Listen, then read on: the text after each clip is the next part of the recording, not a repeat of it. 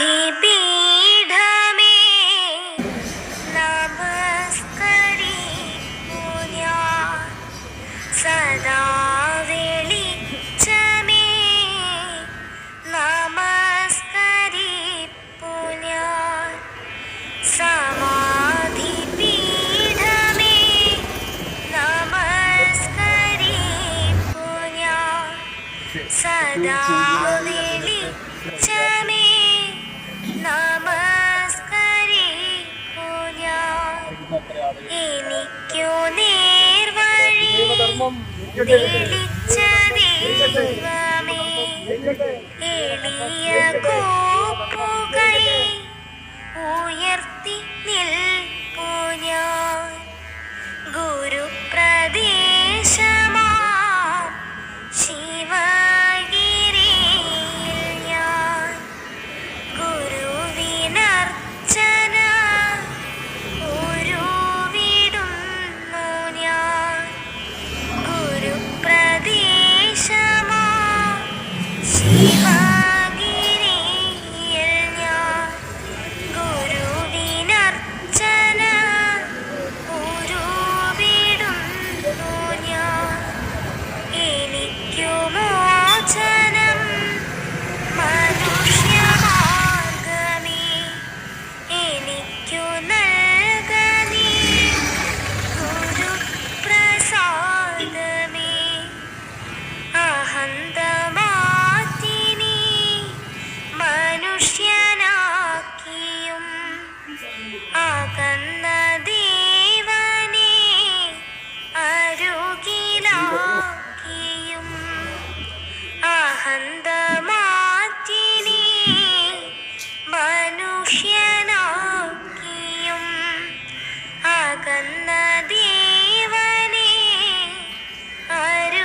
അരുകിലാക്കിയും, മനുഷ്യരൂപത്തെ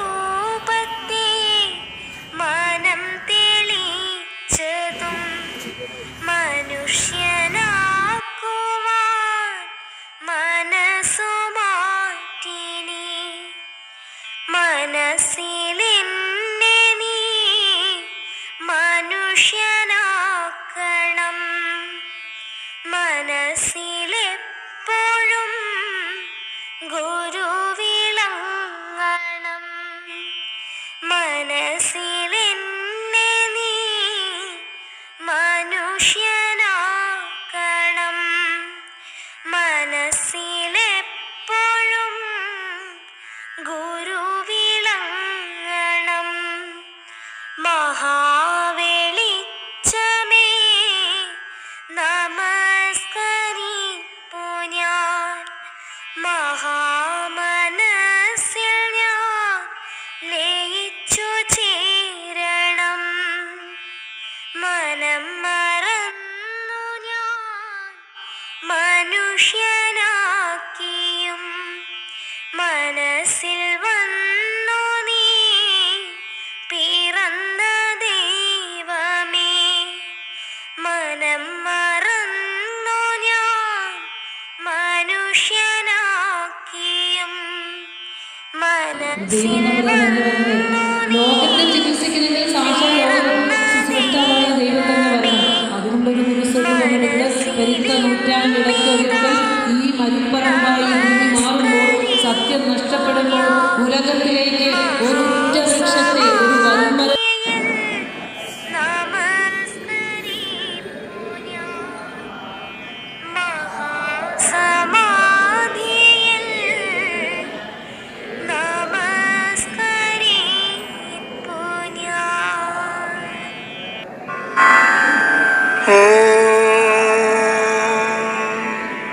ബ്രഹ്മണേ മൂർത്തിമതേ ശ്രുതാനാം ശുദ്ധിഹേതവേ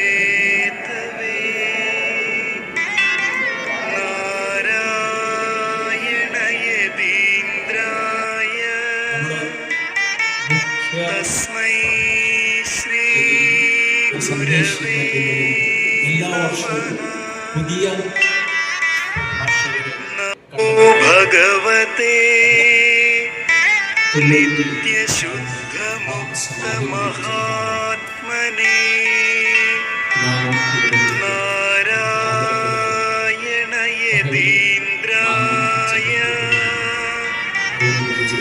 തസ്മൈ ശ്രീ ഗുരവേ നമഃ. വേദാന്തം ഭുജസൂര്യ തസ്മൈ ശ്രീ ഗുരവേ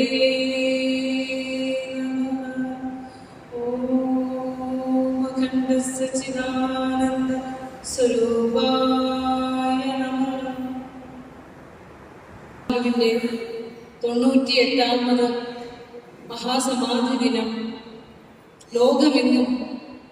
ലോകമെങ്ങുമുള്ള ഗുരുദേവ ഭക്തർ ഭക്തി പുരസ്സരം ആചരിക്കുന്ന പുണ്യമായ ഒരു സമയത്തിലൂടെയാണ് നാം കടന്നു പോകുന്നത്. ആശാൻ പറഞ്ഞു, ബഹുലക്ഷം ജനമങ്ങേ തിരുനാമ വ്യാഹാരങ്ങളെത്താൽ വിജയിപ്പൂർത്തേ. 1916 ഗുരുവിന്റെ ഷഷ്ടിപ്തി പൂർത്തി വേളയിലെ ഗുരുസ്തവൻ രചിച്ച ഗുരുപാദങ്ങളിൽ സമർപ്പിക്കുമ്പോൾ പറഞ്ഞു, ബഹുലക്ഷം ജനങ്ങൾ അങ്ങയുടെ നാമം ഉച്ചരിക്കുന്ന അതൊന്നുകൊണ്ട് മാത്രം വിജയിക്കുന്നല്ലോ ഗുരുമൂർത്തി എന്ന് പറഞ്ഞപ്പോൾ ഇന്ന് ആ ബഹുലക്ഷം ശതകോടിയായി മാറിയിരിക്കുന്നു. സപ്തസാഗരങ്ങളും കടന്ന് ഗുരുദേവ ദർശനം എന്ന ലോകം മുഴുവൻ പ്രകാശം ചൊരിഞ്ഞുകൊണ്ട് നിൽക്കുന്ന പുണ്യമായ ഒരു വേളയിലാണ് നാം ഇത്തവണത്തെ മഹാസമാധി ദിനം ആചരിക്കുന്നത്. നമ്മളോട് ശാന്തി കുറച്ച് കാര്യങ്ങളൊക്കെ പറഞ്ഞു. അതിൻ്റെയൊക്കെ ഞാൻ ഇവിടെ എന്താണ് സംസാരിക്കേണ്ടത് എന്ന് ഞാൻ നിങ്ങളോട് പോരുന്ന വഴി കാറെന്ന് ഭർത്താവിനോട് ചോദിച്ചു. എനിക്ക് ഇതുവരെയും ഇവിടെ സംസാരിക്കാനുള്ള വിഷയം കിട്ടിയിട്ടില്ല. അപ്പൊ ഞാൻ ഓർക്കുവാണ്, അങ്ങനെ വരുന്ന സമയത്ത് ഭഗവാൻ തരുന്ന എനിക്കറിയാം, തരുന്നതാണ് പറയേണ്ടത് എന്ന് എനിക്കിപ്പോൾ ഒരു സത്യം മനസ്സിലായി. കണ്ണുകളിൽ ഞാൻ അറിയാതെ തന്നെ നിറഞ്ഞു പോവുകയാണ്. ഗുരുവിന്റെ 98ാമത് മഹാസമാധി ദിനവും 171ാമത് ജയന്തിയെ അതിലൂടെയാണ് നമ്മൾ നടന്നു പോയിക്കൊണ്ടിരിക്കുന്നത്. അപ്പോൾ ആരാണ് ഗുരു? എന്തിനാണ് ഗുരു അവതരിച്ചത്?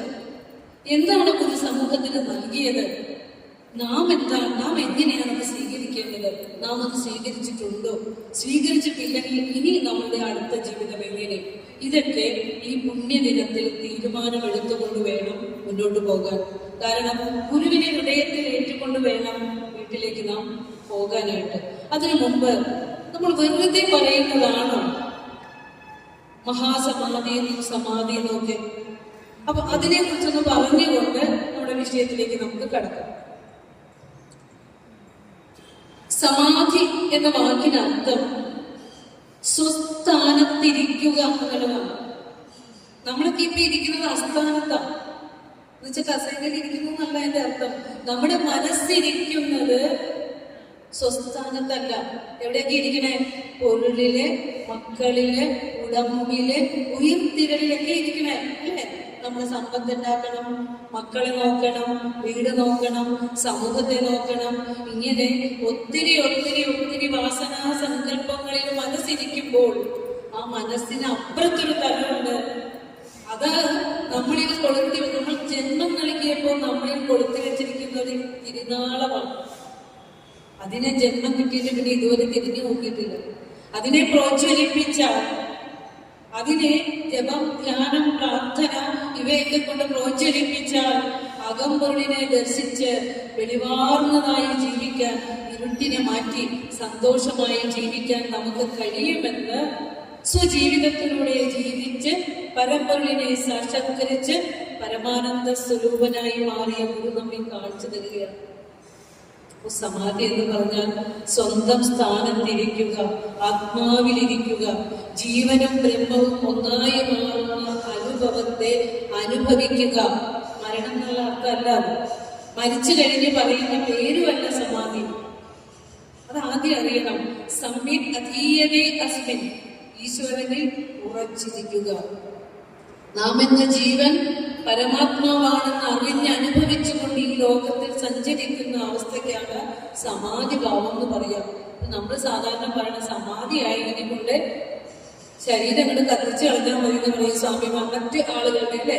പക്ഷെ ഗുരു നിറയൗവനത്തിൽ, അതായത് 30-നും 35-നും ഇടയില് മരുത്വാ മലയില് തപസ് ചെയ്യുമ്പോൾ, തപസ് ചെയ്തിട്ടാണ് ഗുരു മഹാപുരുഷനായതെന്ന് നമ്മൾ ധരിക്കരുത്. പിറവിയിൽ തന്നെ കരയാതെ ജനിച്ച് പൂർണ്ണതയിലേക്ക് ജനിച്ച് ആ പൂർണ്ണതയുടെ ഭാവമായി കൊണ്ട് ഗുരു ഇങ്ങനെ സഞ്ചരിച്ചു. ലോകസംഗ്രഹ പ്രവർത്തനങ്ങൾക്ക് ഒഴിവില് അതിൻ്റെ ഇടയില് അവിടുന്ന് മരുത്വാമലയിൽ 5 വർഷം, 1-2 ദിവസമൊന്നുമല്ല, 5 വർഷം കഠിന തപം ചെയ്തപ്പോൾ അവിടെ ഉണ്ടായിരുന്ന പാമ്പും പുലിയും ഒക്കെ ഉണ്ടായിരുന്നു. ഒരു മഹാപുരുഷൻ ഇരിക്കുന്നതിന്റെ അടുത്തുള്ള ഏത് ഹിംസജന്തുക്കൾ ഇരുന്നാലും അവരുടെ ഉള്ളിലെ വൈരം പോയിട്ട്, ഇരുട്ട് പോയിട്ട് വെളിച്ചമായി മാറും. അതുകൊണ്ട് തന്നെയാണ് പാമ്പും പുലിയൊക്കെ ഗുരുവിന് കൂട്ടായത്. അങ്ങനെ ഗുരുവിന്റെ ദിവ്യ ചൈതന്യം നമ്മൾ അറിയുമ്പോഴാണ് ഗുരുവിലേക്ക് നമുക്ക് അടുക്കാൻ സാധിക്കുന്നത്. അപ്പോൾ അവിടെ ഇരുന്നു കൊണ്ട് ദൃഢബോധനായിക്കൊണ്ട് പരമസത്യം ഉറച്ചിട്ട് നാമെന്ന ജീവനും ആ പരമ്പൊരുളും ഒന്നാണെന്ന് അനുഭവിച്ചുകൊണ്ട് ആനന്ദം അനുഭവിച്ച് മരുത്വാമലയിൽ ഇരുന്നു ഗുരുവിന് വേണമെങ്കിൽ മരുത്വാമലയിൽ ഇരുന്നു കൊണ്ട് തന്നെ ശരീരം അവിടെ വെടിയാമായിരുന്നു. ഇങ്ങനെ ഇരുന്ന ഭാവത്തിനാണ് സമാധി എന്ന് പറയാം. ഗുരു നമ്മളുടെ ഇടയിലൂടെ സഞ്ചരിച്ചത് സമാധി ഭാവത്തിലാണ്. ഈശ്വരനിൽ ഇരുന്നു കൊണ്ട് ജീവൻ ബ്രഹ്മമായി മാറുന്ന അനുഭവം അനുഭവിച്ചുകൊണ്ടാണ്. ഇനി നിങ്ങൾക്ക് ശാസ്ത്രീയമായി അതൊന്ന് പറഞ്ഞു തരണമെങ്കിൽ നമ്മളൊക്കെ യോഗ ചെയ്യുന്നവരാണ് അല്ലെ, യോഗ പഠിക്കുന്നവർ. എന്തിനാ യോഗ പഠിക്കുന്നത്? ശരീരത്തിന് സുഖം കിട്ടണം, മനസ്സിന് സുഖം കിട്ടണം അല്ലെ, വണ്ണം ഒന്ന് കുറയണം, മനസ്സൊന്ന് ശരിയാകണം, ശ്വാസോച്ഛ്വാസം ഒന്ന് ശരിയാകണം. ഇതൊക്കെയാണ് നമ്മൾ യോഗ കൊണ്ട് ഉദ്ദേശിക്കുന്നത് അല്ലെ. പക്ഷെ അതിനപ്പുറം പതഞ്ജലി മഹർഷി പാതഞ്ജല യോഗസൂത്രം എഴുതിയപ്പോൾ അതിനകത്ത് പറയുന്നത് മനുഷ്യന്റെ ശരീരവും മനസ്സും സംശുദ്ധമാക്കിക്കൊണ്ട് സഞ്ചരിക്കേണ്ടത് അവനവന്റെ ആത്മാവിലേക്കാണ്. ആത്മസുഖം അനുഭവിക്കാനാണ് യോഗ ചെയ്യുന്നത്. യമ, നിയമ, ആസന, പ്രാണായാമ, പ്രത്യാഹാര, ധാരണ, ധ്യാന, സമാധി. സമാധി വെറുതെയാണോ? അല്ല. ഈ 7 അംഗങ്ങളും കടന്ന് 8ാമത്തെ അംഗമാണ് സമാധി. നമ്മൾ സാധാരണ സമാധി പ്രസംഗിക്കുന്നവരെ ഗുരുവിന് രോഗം വന്നു, ഗുരു അവിടെ പോയി, ഗുരുവിനെ ചികിത്സിച്ചു അല്ലെ, ഗുരുവിന് എന്നാണ് രോഗം സ്റ്റാർട്ട് ചെയ്യുന്നതൊന്നും അല്ല നമ്മൾ പറയേണ്ടത്. അവിടുത്തെ ശരിയായ ഭാവം എന്താണ്, ഇതാണ് സമൂഹത്തിന് കൊടുക്കേണ്ടത്. അതറിയാത്തത് കൊണ്ടാണ് ഇന്നും ഇരുട്ടിൽ തപ്പി നമ്മൾ നടക്കുന്നത്. ഒരു വായ്പ നമ്മൾ പറഞ്ഞല്ലോ, സാമൂഹ്യ പരിഷ്കർത്താവിന്റെ പട്ടികയിലുണ്ട്, നവോത്ഥാന നായകന്റെ പട്ടികയിലുണ്ട്. എല്ലാം ശരി. ഈ സമൂഹത്തിൽ നടന്നു നീങ്ങിയപ്പോൾ ഈ സമൂഹത്തിൽ കണ്ട ഇരുട്ടിനെ മാറ്റാൻ ഒരു ഒത്തിരി സാമൂഹികമായി പ്രവർത്തിച്ചിട്ടുണ്ട്. ക്ഷേത്രങ്ങൾ പ്രതിഷ്ഠിച്ചു തന്നിട്ടുണ്ട്. അതുപോലെ ജാതിക്കും മതത്തിനും എതിരെ അവിടുന്ന് ശക്തമായി പറഞ്ഞിട്ടുണ്ട്. ആശ്രമങ്ങള്, മഠങ്ങള്, വിദ്യാലയങ്ങള് ഒക്കെ ഗുരു തന്നിട്ടുണ്ട്. ഇതൊക്കെ എന്തിനായിരുന്നു? നമ്മൾ നടന്നു നീങ്ങേണ്ട നമ്മുടെ ലക്ഷ്യത്തെ കുറിച്ച് പറയാനാ. അത് മറ്റൊന്നുമല്ല, അകംപൊരുളിനെ ദർശിച്ച് ആത്മീയമായ ഉണർവിലേക്ക് ഉണ്ടാകുന്നതിന് വേണ്ടി തന്നെ ഏതൊക്കെ തന്നത്. അപ്പോൾ സാമൂഹ്യ പരിഷ്കരണം ഗുരുവിന്റെ മാർഗത്തിലെ ചെറിയൊരു ഭാഗം മാത്രമായിരുന്നു. അതുമാത്രം പറഞ്ഞാൽ ഗുരുവെന്ന മഹാപുരുഷന്റെ ചിത്രം പൂർണ്ണമാകണമെങ്കിൽ ഇവിടെ നമ്മുടെ പ്രസിഡന്റ് പതാക ഉയർത്തിയപ്പോൾ പറഞ്ഞൊരു വാക്കുണ്ട്, ഗുരുവിനെ അറിയണമെങ്കിൽ ഗുരുവിന്റെ കൃതികളിലൂടെ സഞ്ചരിക്കണം. വളരെ സന്തോഷമായി. തേങ്ങയുടെ മടലിനെ മാത്രം പുകഴ്ത്തിക്കൊണ്ട് പോയാൽ ആ തേങ്ങയെ അറിയാതെ മടലിനെ മാത്രം പുകഴ്ത്തിയിട്ട് എന്തിനാണ്? സാമൂഹ്യ പരിഷ്കർത്താവെന്ന് പറയുമ്പോൾ ആ ഒരു ഭാഗം മാത്രമേ നമ്മൾ കാണുന്നുള്ളൂ. അതിനപ്പുറം ഉള്ള ഈ ലോകം ഉള്ളിടത്തോളം കാലം നിലനിൽക്കുന്ന സനാതനമായ സത്യത്തെ ഭാരതത്തിലെ അധ്യാത്മ ശാസ്ത്രങ്ങളിൽ എല്ലാം പറയുന്ന സത്യത്തെ ഒരുക്കി എടുത്തിട്ട് 64 കൃതികളിലായി നമുക്ക് തന്നിട്ട് പലതിൻ്റെയും 100 വർഷം കഴിഞ്ഞു. ഇപ്പോഴും നമ്മുടെ പൂജാമുറിയിൽ ഇരിക്കുന്നത് ഭാഗവതവും രാമായണവും നാരായണവും ഒക്കെയാണ്. ഇപ്പൊ ചോദിച്ചപ്പോ തന്നെ ഏതാണ് നമ്മുടെ ഹോളി ബുക്ക് ചോദിച്ചപ്പോ ഭാഗവതം എന്നൊക്കെ നമുക്ക് വന്നു. അതിനെ കുറിച്ച് എല്ലാം പറഞ്ഞു തരാം. അതിനെ കുറിച്ചൊക്കെ ഒന്ന് കൊണ്ടുപോകണം നമുക്ക്. എന്താണ് സ്പിരിച്വൽ ബുക്ക്? ഇപ്പൊ നമ്മുടെ ക്ഷേത്രത്തിൽ ഉത്സവം വരുന്നുണ്ട്, അതിനെ നമ്മൾ എങ്ങനെ കാണണം, മഹാസമാധി എങ്ങനെ കാണണം എന്നൊക്കെ ഈ ചുരുങ്ങിയ സമയം കൊണ്ട് പറയാനുള്ള തെളിവ് ഒരു തരുമെന്ന് തന്നെ കരുതുകയാണ്. അപ്പൊ അഷ്ടാംഗ യോഗങ്ങളിൽ യമം ഒന്ന് ശ്രദ്ധിച്ചോണം. ഗുരു എങ്ങനെയാ മഹാസമാധിയിൽ എത്തിയത്? യമം ഇന്ദ്രിയ മനസ്സുകളെ നിയന്ത്രിച്ച്, ഇന്ദ്രിയങ്ങളെയും മനസ്സിനെയും നിയന്ത്രിച്ച്, നിയമം ബാഹ്യ ആഭ്യന്തര ശുചിത്വം ഉണ്ടായി, ആസനം സ്ഥിരമായി മനസ്സിനെ സുഖാവസ്ഥയിൽ വെച്ച്, അല്ലെ, വാദങ്ങൾ ചെവിക്കൊണ്ടും മതപ്പോരുകൾ കണ്ടും മോദസ്ഥിരനായ ആ ഒരു സ്ഥിരത, അല്ലെ, സ്ഥിരമായി മനസ്സിനെ വെച്ച് പ്രാണായാമം, പ്രാണനെ നിയന്ത്രിച്ച് പ്രത്യാഹാരം, പുറത്തേക്ക് സഞ്ചരിക്കുന്ന ഇന്ദ്രിയങ്ങളെ വെറുതെ ഒന്ന് തിരിഞ്ഞാൽ മതി. കണ്ണ് എത്രയോ മനോഹര കാഴ്ചകൾ തേടിപ്പോകും, നാവ് എത്രയോ രുചികൾ തേടിപ്പോകും, ചെവി എത്രയോ ശബ്ദങ്ങൾ തേടിപ്പോകും, ത്വക്ക് എത്രയോ സ്പർശങ്ങൾ തേടിപ്പോകും. ഇങ്ങനെ പുറത്തേക്ക് അറിയുന്ന നമ്മുടെ ഇന്ദ്രിയങ്ങളെ തിരിച്ച് അകമുഖമാക്കിയിട്ട് ആ ആത്മവസ്തുവിലേക്ക് അണയുന്നതിന് വേണ്ടി തിരിച്ചു വിളിക്കുന്ന പ്രത്യാഹാരം ചെയ്ത് ധാരണം, താൻ എത്തേണ്ട സത്യം, ആത്മസത്യത്തെ കുറിച്ചുള്ള നല്ല ധാരണയുണ്ടായി ധ്യാനം, ആ സത്യത്തെ ധ്യാനിച്ച് സമാധി ആ ധ്യാന വസ്തുവായി മാറുന്നു. അതാണ് സമാധി. എന്തിനെയാണോ നമ്മൾ ധ്യാനിക്കുന്നത് അതായി മാറുന്നു. ധ്യാനിക്കുന്നവൻ ധ്യാന വസ്തുവായി മാറുന്നു. അതാണ് സമാധി. ഇത് നമുക്ക് ഓരോരുത്തർക്കും ഇതിനുള്ള പോർഷൻ ഉണ്ടെന്നാണ് ഗുരു പറഞ്ഞത്. അകത്തേക്ക് സഞ്ചരിച്ചാൽ നമുക്കും നമ്മളിൽ കൊളുത്തി വെച്ചിരിക്കുന്ന വെളിച്ചത്തെ പ്രകാശിപ്പിച്ചുകൊണ്ട് ആനന്ദത്തിന്റെ മേഖലകളിൽ എത്താമെന്നും, പുറത്തെ നിറമുള്ള ദ്രാവകം തേടി പോകേണ്ട, മത്സ്യവും മാംസാദികൾ തേടി പോകേണ്ട, സുഖഭോഗ വസ്തുക്കൾ തേടി പോകേണ്ട, ആനന്ദം അവനവന്റെ ഉള്ളിൽ തന്നെയാണ് ഇരിക്കുന്നത് എന്ന് ഒരു ജീവിതം കൊണ്ട് ജീവിച്ച് ആത്മാവിനെ സാക്ഷാത്കരിച്ച് സമാധിസ്ഥനായ ഗുരു നമ്മുടെ മുന്നിലൂടെ നടന്നു നീങ്ങിയിട്ടും നമ്മൾ കണ്ടത് ഗുരുവിനെ സാമൂഹ്യ പരിഷ്കർത്താവിനെ മാത്രമാണ്. അതുകൊണ്ടാണ് ആശാൻ പറഞ്ഞത്, ആരാധ്യനീടുകിൽ ഞങ്ങൾ കവിടുന്ന നാരായണമൂർത്തേ ഗുരുനാരായണമൂർത്തേ. അതാണ് ശിവലിംഗദാസ സ്വാമികൾ പറഞ്ഞത്. കൽപ്യതേ സിദ്ധൈഃ പാദാംബുജലചോലഃ നാരായണയതീന്ദ്രായ തസ്മൈ ശ്രീ ഗുരവേ നമഃ.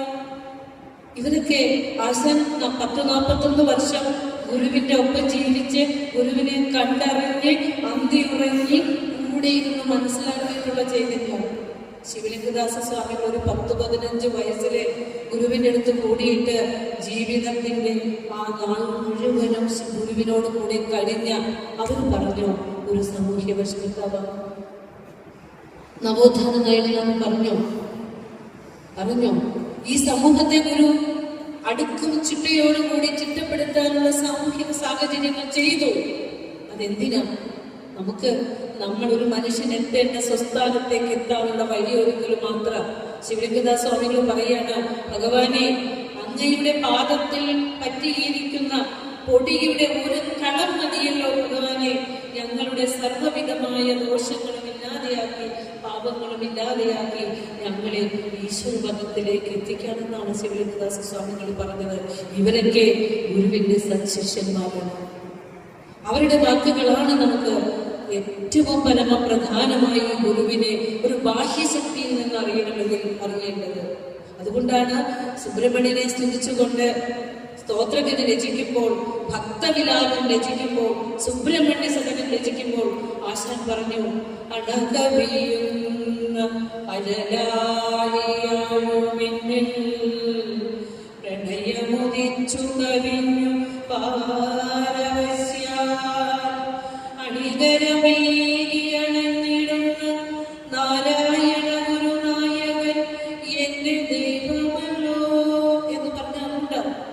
1916 കുളത്തൂർ കോലത്തുകരയിലെ ഗുരുവിന്റെ ചിത്രം ആദ്യമായി കുഞ്ഞകൃഷ്ണക്കുറുപ്പ് വരച്ച ചിത്രം ഒരു സശരീരനായിരിക്കുമ്പോൾ പ്രതിഷ്ഠ ചെയ്തു ആശാൻ. അവരവിടെ എഴുതി വെച്ചിട്ടുണ്ട്, ലോകത്തിൽ ആദ്യമായി ഗുരുവിനെ ആരാധന ചെയ്ത ക്ഷേത്രം കുളത്തൂർ കോലത്തുകര ക്ഷേത്രം. ഇതൊക്കെ ഗുരു സശരീരനായിരിക്കുന്ന കാലത്താണ്. തലശ്ശേരി ജഗന്നാഥ ക്ഷേത്രത്തിന്റെ തിരുസന്നിധിയിൽ ഗുരുവിന്റെ പഞ്ചലോക വിഗ്രഹം പ്രതിഷ്ഠിക്കുന്നത് ഒരു ശരീരത്തോടുകൂടി ഇരിക്കുമ്പോഴാണ്. ഗുരു അത് കണ്ട് തൃപ്തിപ്പെട്ടിട്ടുണ്ട്. ഒരു 98 വർഷമായപ്പോൾ ഗുരുവെന്ന ചൈതന്യം പരബ്രഹ്മ സ്വരൂപനായി ലോകം ഇന്ന് ആരാധിക്കുന്നുണ്ടെങ്കിൽ നമ്മളുടെ പൂജാമുറിയിൽ ഇരിക്കുന്ന പല അവതാര സ്വരൂപങ്ങളും യുഗങ്ങൾക്ക് ശേഷമാണ് മഹാപുരുഷൻ അല്ലെങ്കിൽ ദൈവപദവിയിലേക്ക് എത്തിച്ചേർന്നത് എന്ന് മറന്നുപോകരുത്. ഇനി ഒരു ആരാണെന്ന് പറയുമ്പോൾ ഞാൻ പറഞ്ഞല്ലോ, ഗുരുവിന്റെ ദാർശനികമായ ഭാവമാണ് ഗുരുവിനെ പഠിക്കുന്നവർ അറിയേണ്ടത്. സാമൂഹിക പരിഷ്കർത്താക്കൾ ഇനിയും ധാരാളം വരും. പക്ഷെ അതിനപ്പുറം ഗുരുവെന്ന മഹത് ചൈതന്യത്തെ അറിയാൻ, ഗുരുവിന്റെ ദാർശനിക ഭാവം അറിയാൻ, ഗുരുവിന്റെ കൃതികൾ അറിയണം. അതിനായി ഏതാണ് ഭാരതത്തിന്റെ, പൗരാണിക ഭാരതത്തിന്റെ ആധ്യാത്മികമായ ഗ്രന്ഥം എന്ന് ചോദിച്ചാൽ നമ്മൾ ആദ്യം പറയേണ്ടത് ഉത്തരം വന്നു വേദങ്ങൾ അല്ലേ? വേദം. ഈ വേദം കൃതയുഗത്തിൽ, ആദ്യ യുഗത്തിലുണ്ടായ വേദം, ഈ വേദ തത്വങ്ങൾ തന്നെ ത്രേതായുഗത്തിൽ വന്നപ്പോൾ രാമായണവും മഹാഭാരതവും ഒക്കെ ആക്കി കഥ കൂട്ടിച്ചേർത്ത്, കാരണം നമുക്ക് കാര്യം പറയുന്നത് മനസ്സിലാകുന്നതുകൊണ്ട് കഥ കൂട്ടിച്ചേർത്ത്, രാമന്റെ സീതയുടെയൊക്കെ കഥ കൂട്ടിച്ചേർത്ത് അതിനകത്ത് തത്വം ഉൾക്കൊള്ളിച്ചുകൊണ്ട് രാമായണം മഹാഭാരതം എന്ന ഇതിഹാസമായി. മഹാഭാരതത്തിന്റെ ഒത്ത നടുക്കുള്ള ഗ്രന്ഥമാണ് ഭഗവത്ഗീത. അതിലും വേദതത്വങ്ങൾ, ഉപനിഷത്തത്വങ്ങൾ തന്നെയാണ്. അപ്പൊ ബേസ് വേദം, വേദം തന്നെയാണ് ഇതിഹാസങ്ങളും പുരാണങ്ങളും. അതിനുശേഷം വ്യാസമുനി 18 പുരാണങ്ങൾ എഴുതി, അതും ബേസിക് വേദ. ഹിന്ദുക്കൾക്ക് അതിൽ ഗ്രന്ഥമൊന്നുമില്ല, ഒന്നേ ഉള്ളൂ. അത് പല രീതിയിൽ വിഭജിച്ച് കൊണ്ട് പോകുന്നതാണെന്ന് അറിയണം. ഇനി മഹാഭാരതത്തിനും രാമായണത്തിനും അപ്പുറം 18 പുരാണങ്ങൾ രചിച്ചു, കഥ കൂട്ടിച്ചേർത്ത് തത്വം പറഞ്ഞു. അതിലും എന്നിട്ടും തൃപ്തി വരാതെ വ്യാസമുനി ശ്രീമദ് ഭാഗവതം ചമച്ചു. ഭാഗവതത്തിൽ വരുന്നതാണ് നാരായണീയവും ലളിതാ സഹസ്രനാമവും ഭാഗവതവും ഒക്കെ, പിന്നെ ദേവി ഭാഗവതം മഹാത്മ്യമൊക്കെ. അപ്പൊ ഒന്ന് ഓർത്ത് നോക്കിക്കേ, ഇതെല്ലാത്തിൻ്റെയും ഒറിജിൻ വേദമാണ്. വേദതത്വത്തെ മനുഷ്യനിലേക്ക് പകർന്നു തരുന്നതിന് വേണ്ടിയാണ് ഭാരതത്തിലെ അധ്യാത്മ ഗ്രന്ഥങ്ങളെല്ലാം എങ്കിൽ ഈ സത്തയെ ചേർത്ത് വെച്ചുകൊണ്ട്, എല്ലാ സത്തയെയും എടുത്തുകൊണ്ട് 64 കൃതി തന്നിട്ടുണ്ട്. അത് നമ്മുടെ പൂജാമുറിയിൽ വെക്കാൻ നമ്മുടെ മനസ്സ് പാകപ്പെട്ടിട്ടുണ്ടോ? ഭഗവത്ഗീത തൊട്ട് വന്ദിക്കുന്നത് പോലെ, നാരായണീയെ തൊട്ട് വന്ദിക്കുന്നത് പോലെ, ഭാഗവതം തൊട്ട് വന്ദിക്കുന്നത് പോലെ അവിടുന്ന് നമുക്ക് തന്നിട്ടുള്ള 64 മഹാമന്ത്രം സ്വീകരിക്കാൻ നമ്മുടെ മനസ്സ് അറിവായിട്ടുണ്ടോ? പക്വതമായിട്ടുണ്ടോ? ഇല്ലെങ്കിൽ ചിന്തിച്ചു തുടങ്ങുക. രാമായണം വായിക്കുമ്പോഴും ഭാഗവതം വായിക്കുമ്പോഴും ഒക്കെ പറയുന്നുണ്ട് ഭക്തിയെ കുറിച്ച്. ഭാഗവതത്തെ എവിടെയെങ്കിലും പറയുന്നുണ്ടോ ഈശ്വരനെ തേടി അറിയാൻ? ഭഗവത്ഗീത എവിടെയെങ്കിലും പറയുന്നുണ്ടോ ഈശ്വരനെ തേടി അറിയാൻ? നമുക്കൊരു ക്ഷേത്രമില്ലേ? ദേവീക്ഷേത്രത്തിന്റെ ഉത്സവം വരാൻ പോകുന്നു. നമ്മൾ പണിയെടുത്ത് കിട്ടുന്ന പൈസയുടെ ഒരംശം ദേവഗണമായി കൊടുക്കണമെങ്കിൽ അതവിടെ കൊടുക്കാവൂ, അതവിടെ അർപ്പിക്കുക. ആ ധനം നമ്മുടെ നാടിന്റെ ദേവതകൾക്ക് നമ്മുടെ പൈസ ഒന്നും വേണ്ട. ഈശ്വരന്റെ സമ്പത്തെടുത്ത് ഈശ്വരന് കൊടുത്തിട്ട് താന്ന് ചോദിക്കുന്ന നമ്മളുടെ ഇരുട്ട് മാറണം. അപ്പോൾ നമ്മൾ കൊടുക്കുന്ന സമ്പത്ത്, നമ്മളുടെ ക്ഷേത്രത്തിലേക്ക് സമർപ്പിക്കുന്ന സമ്പത്ത് ഒരു പറയാ ആ ദേശത്തിന്റെ വിദ്യാഭ്യാസപരവും വ്യാവസായികപരവുമായ വികസനത്തിന് ഉപയോഗിക്കണം. ആലോചിച്ച് നോക്കൂ, ദൈവങ്ങൾക്ക് വരെ ഉച്ചനീചത്വം കൽപ്പിച്ചുകൊണ്ട് ഇവിടെ ഒരു കൃഷ്ണക്ഷേത്രം ഉണ്ടെങ്കിൽ അന്ത്യത്തിന് കത്തിക്കാൻ ഇടയില്ലെങ്കിലും പോകും മഹാക്ഷേത്രങ്ങളിലേക്ക് ഇട്ടതൊക്കെ അവിടെ കൊടുക്കും. എവിടെയാ പോകുന്നത്? ഇതൊക്കെ ആലോചിച്ച് നോക്കൂ. ഒന്നോർക്കുക, എന്നും നിറഞ്ഞിരിക്കുന്ന ആനന്ദ സ്വരൂപനായ ദൈവത്തിന് നമ്മുടെ പണമൊന്നും വേണ്ട. ദേവാലയങ്ങൾ വളരണം, ആധ്യാത്മിക സംഗീതങ്ങൾ ഉണ്ടാകണം, അതിലൂടെ നമ്മുടെ ഉള്ളിലേക്ക് വെളിവ് വരണം. അതിനുള്ള ക്ഷേത്രങ്ങൾ. അതിൽ നിന്ന് ലക്ഷ്യം വഴിമാറി പോയപ്പോഴാണ് അവർ പറഞ്ഞത് ഇനി ക്ഷേത്രങ്ങൾ വേണ്ട എന്ന് പറയേണ്ടി വന്ന എന്തുകൊണ്ടാണ്? മനുഷ്യൻ ലക്ഷ്യത്തിൽ നിന്ന് വഴിമാറി ഓട്ടം തുടങ്ങിയത് കൊണ്ടാണ്. അപ്പൊ പറഞ്ഞു വന്നത് ഗുരുവിന്റെ കൃതികൾ വേദസാര സംഗ്രഹമാണ്. ഓടണ്ട, 1000 സഹസ്രനാമങ്ങളും വായിക്കേണ്ട സഹോദരങ്ങളെ.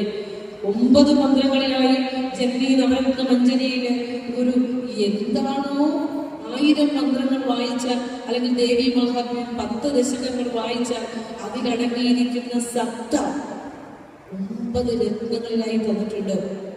വായിച്ചു പഠിക്കുക. എന്താണ് പഠിക്കണമെന്ന് മനസ്സിലാക്കുക.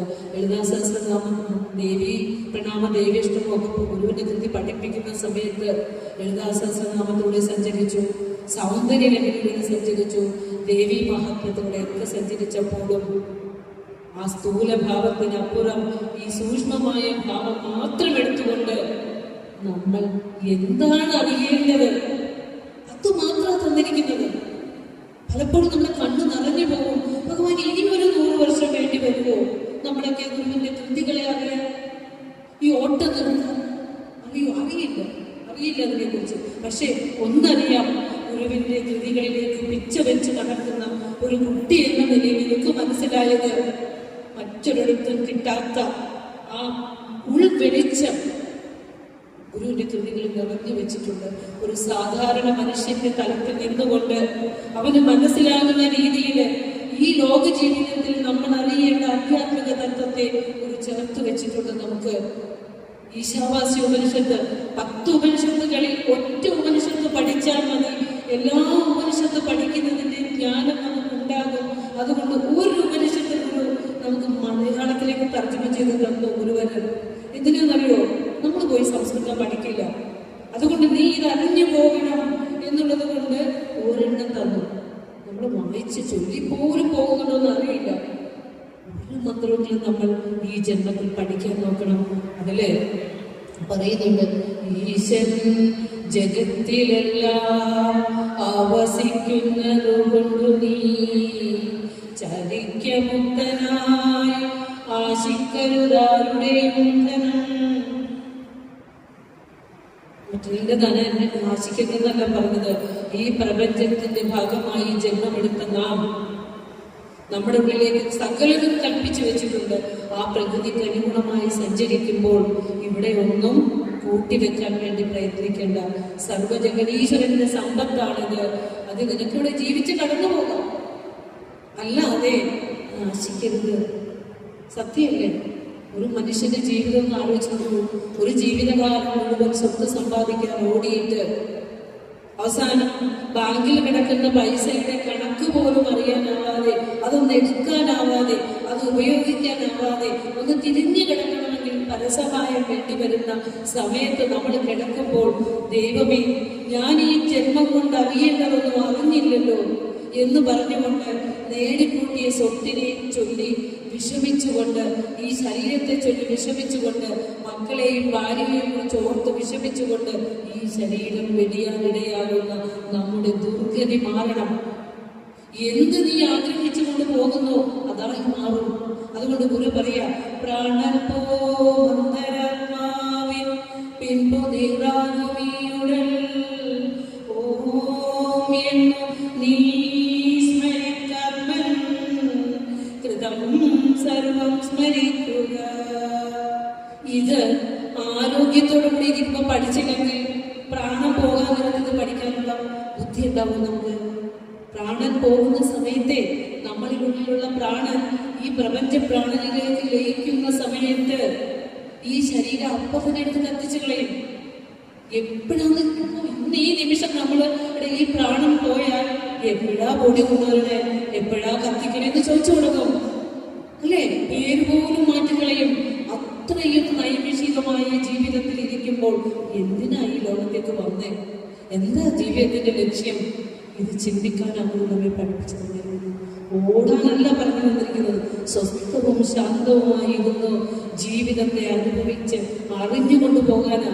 അപ്പൊ പ്രാണൻ പോകുന്ന സമയത്ത് ഓങ്കാരം ജപിക്കാൻ, ജാഗ്രത്തിനെയും സ്വപ്നലോകത്തെയും സുഷുപ്തി അനുഭവത്തെയും അതിനപ്പുറമുള്ള ഈശ്വരീയ ചൈതന്യമായ തുരീയ അനുഭവത്തെയും ചേർത്ത് കോർത്തുകൊണ്ട് ഋഷിമാരുണ്ടാക്കിയ ബ്രഹ്മപ്രതീകമായ പരമേശ്വരനെ, ജഗതീശ്വരനെ ആരാധിക്കുന്ന ഒറ്റ മന്ത്രം ഓം, അത് ചൊല്ലാൻ പഠിക്കൂ. എന്നിട്ട് നീ ചെയ്ത കർമ്മങ്ങൾ മുഴുവൻ അതിലേക്ക് സമർപ്പിക്കൂ. ഇനി ഒരു ശരീരത്തിൽ അലയരുതല്ല.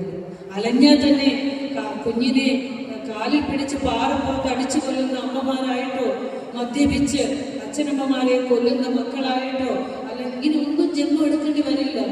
ജന്മം എടുക്കണമെങ്കിൽ ഈശ്വരനെ ഹൃദയത്തിൽ ഏറ്റുകൊണ്ട് പോകണം. നമ്മൾ മരിക്കുമ്പോൾ നമ്മുടെ സ്ഥൂല ശരീരം കത്തിച്ചു കളയുമ്പോൾ ഒന്നും നശിക്കില്ല. അതറിയോ? നമ്മുടെ ഉള്ളിലുള്ള മനസ്സ്, അതിന് ജീവൻ എന്ന് പറയും. നമ്മുടെ മനസ്സിലേക്ക് പ്രതിബിംബിച്ചിരിക്കുന്ന ഈശ്വര ചൈതന്യമാണ് നാം എന്ന ജീവൻ. ആ ജീവൻ നശിക്കില്ല. ശരീരം മാത്രമേ കത്തിച്ചു കളയുള്ളൂ. ആ ജീവൻ വാസനയ്ക്ക് അനുയോജ്യമായി തൊട്ടടുത്ത ശരീരത്തിലേക്ക് കടക്കും. അതുകൊണ്ടാണ് ഗുരു പറഞ്ഞത്, എന്റെ സകല പാപങ്ങളെയും നശിപ്പിക്കുന്ന, വറുത്തു കളയുന്ന പരമാത്മാവിന്റെ യാതൊരു സ്വരൂപം എന്റെ ബുദ്ധിയെ തെളിയിച്ച് നല്ല വഴിയെ കൊണ്ടുപോകും. ദുഷ്ടനെ കുറിച്ച് എപ്പോഴും ആലോചിച്ചിട്ടിരുന്ന, ഇനി ആ മനസ്സൊരു ജീവനായിട്ട് വന്നെങ്കിൽ ആ ദുഷ്ടൻ നമ്മുടെ കൂടെ ഉണ്ടാവും, സംശയമൊന്നുമില്ല. അതുകൊണ്ട് ഗുരു പറഞ്ഞത്, നല്ലതല്ല ഒരുവൻ ചെയ്ത നല്ല കാര്യം മറപ്പത്, നല്ലതല്ലാത്തതുടനെ മറന്നിടുന്നത് ഉത്തമം. ഇപ്പോ ഞാൻ പറഞ്ഞുകൊണ്ട് പോരുമ്പോഴും എൻ്റെ പോയിന്റ് എവിടെയാണ്?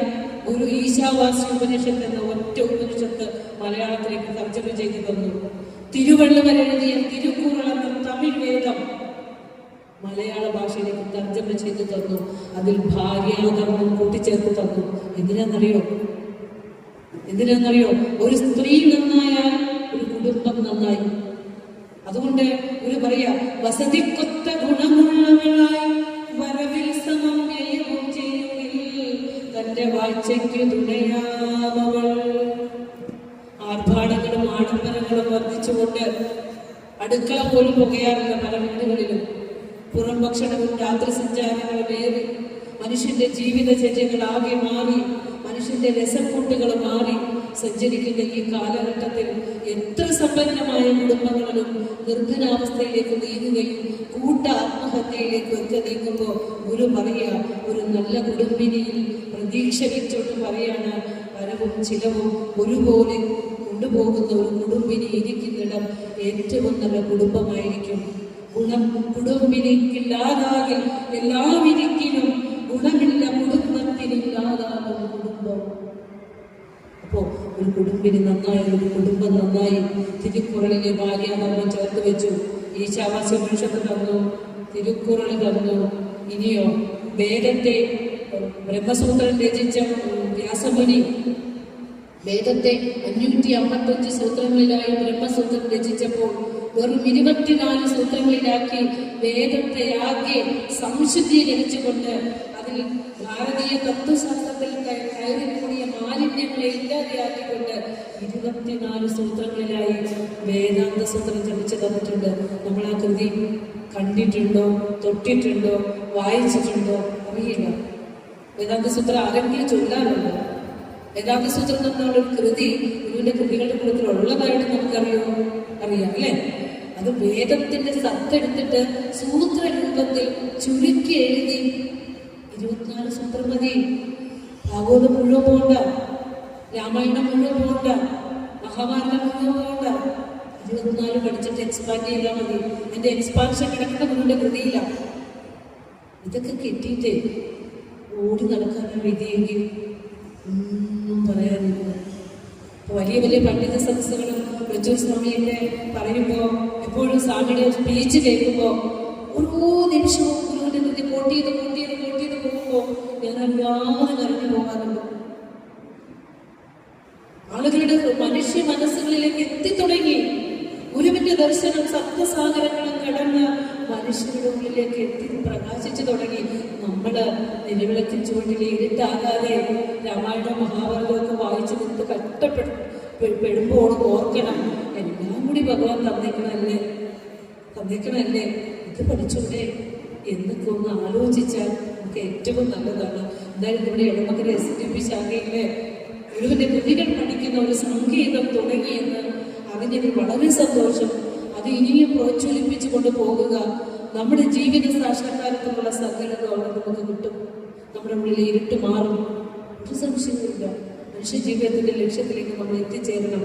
അപ്പോൾ ഉപനിഷത്ത് തന്നു, തിരുക്കുറൾ തന്നു, അതുപോലെ തന്നെ ഗുരു നമുക്ക് വേദത്തെ 24 സൂത്രങ്ങളിലാക്കി തന്നു, ഹോമമന്ത്രം രചിച്ചു തന്നു, വേദത്തിന്റെ സത്തെടുത്ത് വെച്ച് 44 കൃതികൾ തന്നു. ഇനി ഈശ്വരന്റെ വിശ്വാസം, വിഗ്രഹത്തിൽ വിശ്വാസമില്ലാത്തവർക്ക്, ക്ഷേത്രങ്ങളിൽ വിശ്വാസമില്ലാത്തവർക്ക് ഗദ്യപ്രാർത്ഥന തന്നു. കുളത്തൂര് ശിവപ്രതിഷ്ഠ കഴിഞ്ഞ് ഗുരു ഇരിക്കുമ്പോൾ ഒരു രാമൻ മുതലാളി കൈത്തറി നെയ്ത്തും വ്യാപാരിയാണ് വന്നിട്ട് പറഞ്ഞു, പ്രതിഷ്ഠയ്ക്കൊന്നും അത്ര വിശ്വാസമില്ല, എനിക്ക് ക്ഷേത്ര പ്രതിഷ്ഠയോടോ വിഗ്രഹ പ്രതിഷ്ഠയോടോ വിശ്വാസമില്ല ഗുരു. പക്ഷെ ഭഗവാനെ ഗുരു, അങ്ങയിൽ എനിക്ക് വിശ്വാസമാണ്, എനിക്ക് പ്രാർത്ഥിക്കാമെന്ന് ഒരു പ്രാർത്ഥന എഴുതി തരുമെന്ന് പറഞ്ഞപ്പോഴാണ് ഗദ്യപ്രാർത്ഥന കൊടുത്തത്. അത് വേദമാണ്, ഉപനിഷത്തിന്റെ സംഗ്രഹമാണ്. വേദം പഠിക്കാൻ പറ്റില്ലെന്നൊന്നും പറഞ്ഞ് വിഷമിക്കണ്ട കേട്ടോ. ഗുരുവിന്റെ കൃതി വേഗമാണ്. കാണപ്പെടുന്നതൊക്കെയും സ്ഥൂലം എന്ന് പറഞ്ഞു നോക്കിക്കേ. ഈ പുണ്യമായ നിമിഷത്തിൽ ഗുരുവിന്റെ കൃതികളൊക്കെ ചൊല്ലുന്നത് ഗുരുഭക്തന്മാരായ നമുക്ക് ഏറ്റവും പുണ്യമാണ്. കാണപ്പെടുന്നതൊക്കെയും സ്ഥൂലം, സൂക്ഷ്മം, കാരണം എന്നീ 3 രൂപങ്ങളോട് കൂടിയതും പരമാത്മാവിൽ നിന്നുണ്ടായി അതിൽ തന്നെ ലയിക്കുന്നതുമാകുന്നു. അതിനാൽ പരമാത്മാവല്ലാതെ ഒന്നുമില്ല. പരമാത്മാവിനെ മാത്രമാണോ കാണുന്നത്? ഞാൻ കാണാറില്ല. ഞാൻ കാണുന്നത് എൻ്റെ അമ്മയെ, അച്ഛൻ, എൻ്റെ ഭാര്യ, ഭർത്താവ്, കുടുംബം, എൻ്റെ സാമൂഹ്യ ബന്ധങ്ങള്. അതിനപ്പുറം പരമാത്മാവിനെ കാണണമെങ്കിൽ എന്ത് ചെയ്യണമെന്ന് പറഞ്ഞു? കരുവിന് കണ്ണുകളഞ്ചു മുള്ളടക്കി തെരുതെരെ വീണു വണങ്ങി ഓതിടയണം. അതിന് കഴിവില്ലെങ്കിൽ ഗുരുവിനോട് തന്നെ ചോദിക്കണം, ഗുരു എനിക്ക് മനുഷ്യജന്മം തന്നില്ലേ? ഇങ്ങനെ ഒരു കുടി ചാരമായി കൊടുക്കയിട്ട് തരാനുള്ളതാണോ എൻ്റെ മനുഷ്യജന്മം? എനിക്ക് ഈശ്വരനെ അറിയാനും അകംപൊരുളിനെ തെളിവാക്കി വെക്കാനുമുള്ള അറിവെനിക്ക് തന്നില്ലെങ്കിൽ എന്തിനാ ഗുരു എനിക്ക് മനുഷ്യ ജീവിതം തന്നത്? കരുണയോടെ ചോദിച്ചു. അപ്പോ ഇടനേരു കണ്ണുന എന്നിലറിഞ്ഞടിയൻ അഭിലാഷമുമാപതിയേ. രണ്ട് കണ്ണുന ആ കാരുണ്യവർഷം നമ്മളിലേക്ക് ചൊരിഞ്ഞാൽ ജീവിതത്തിന്റെ സകല പ്രശ്നങ്ങൾക്കുമുള്ള പരിഹാരമായി.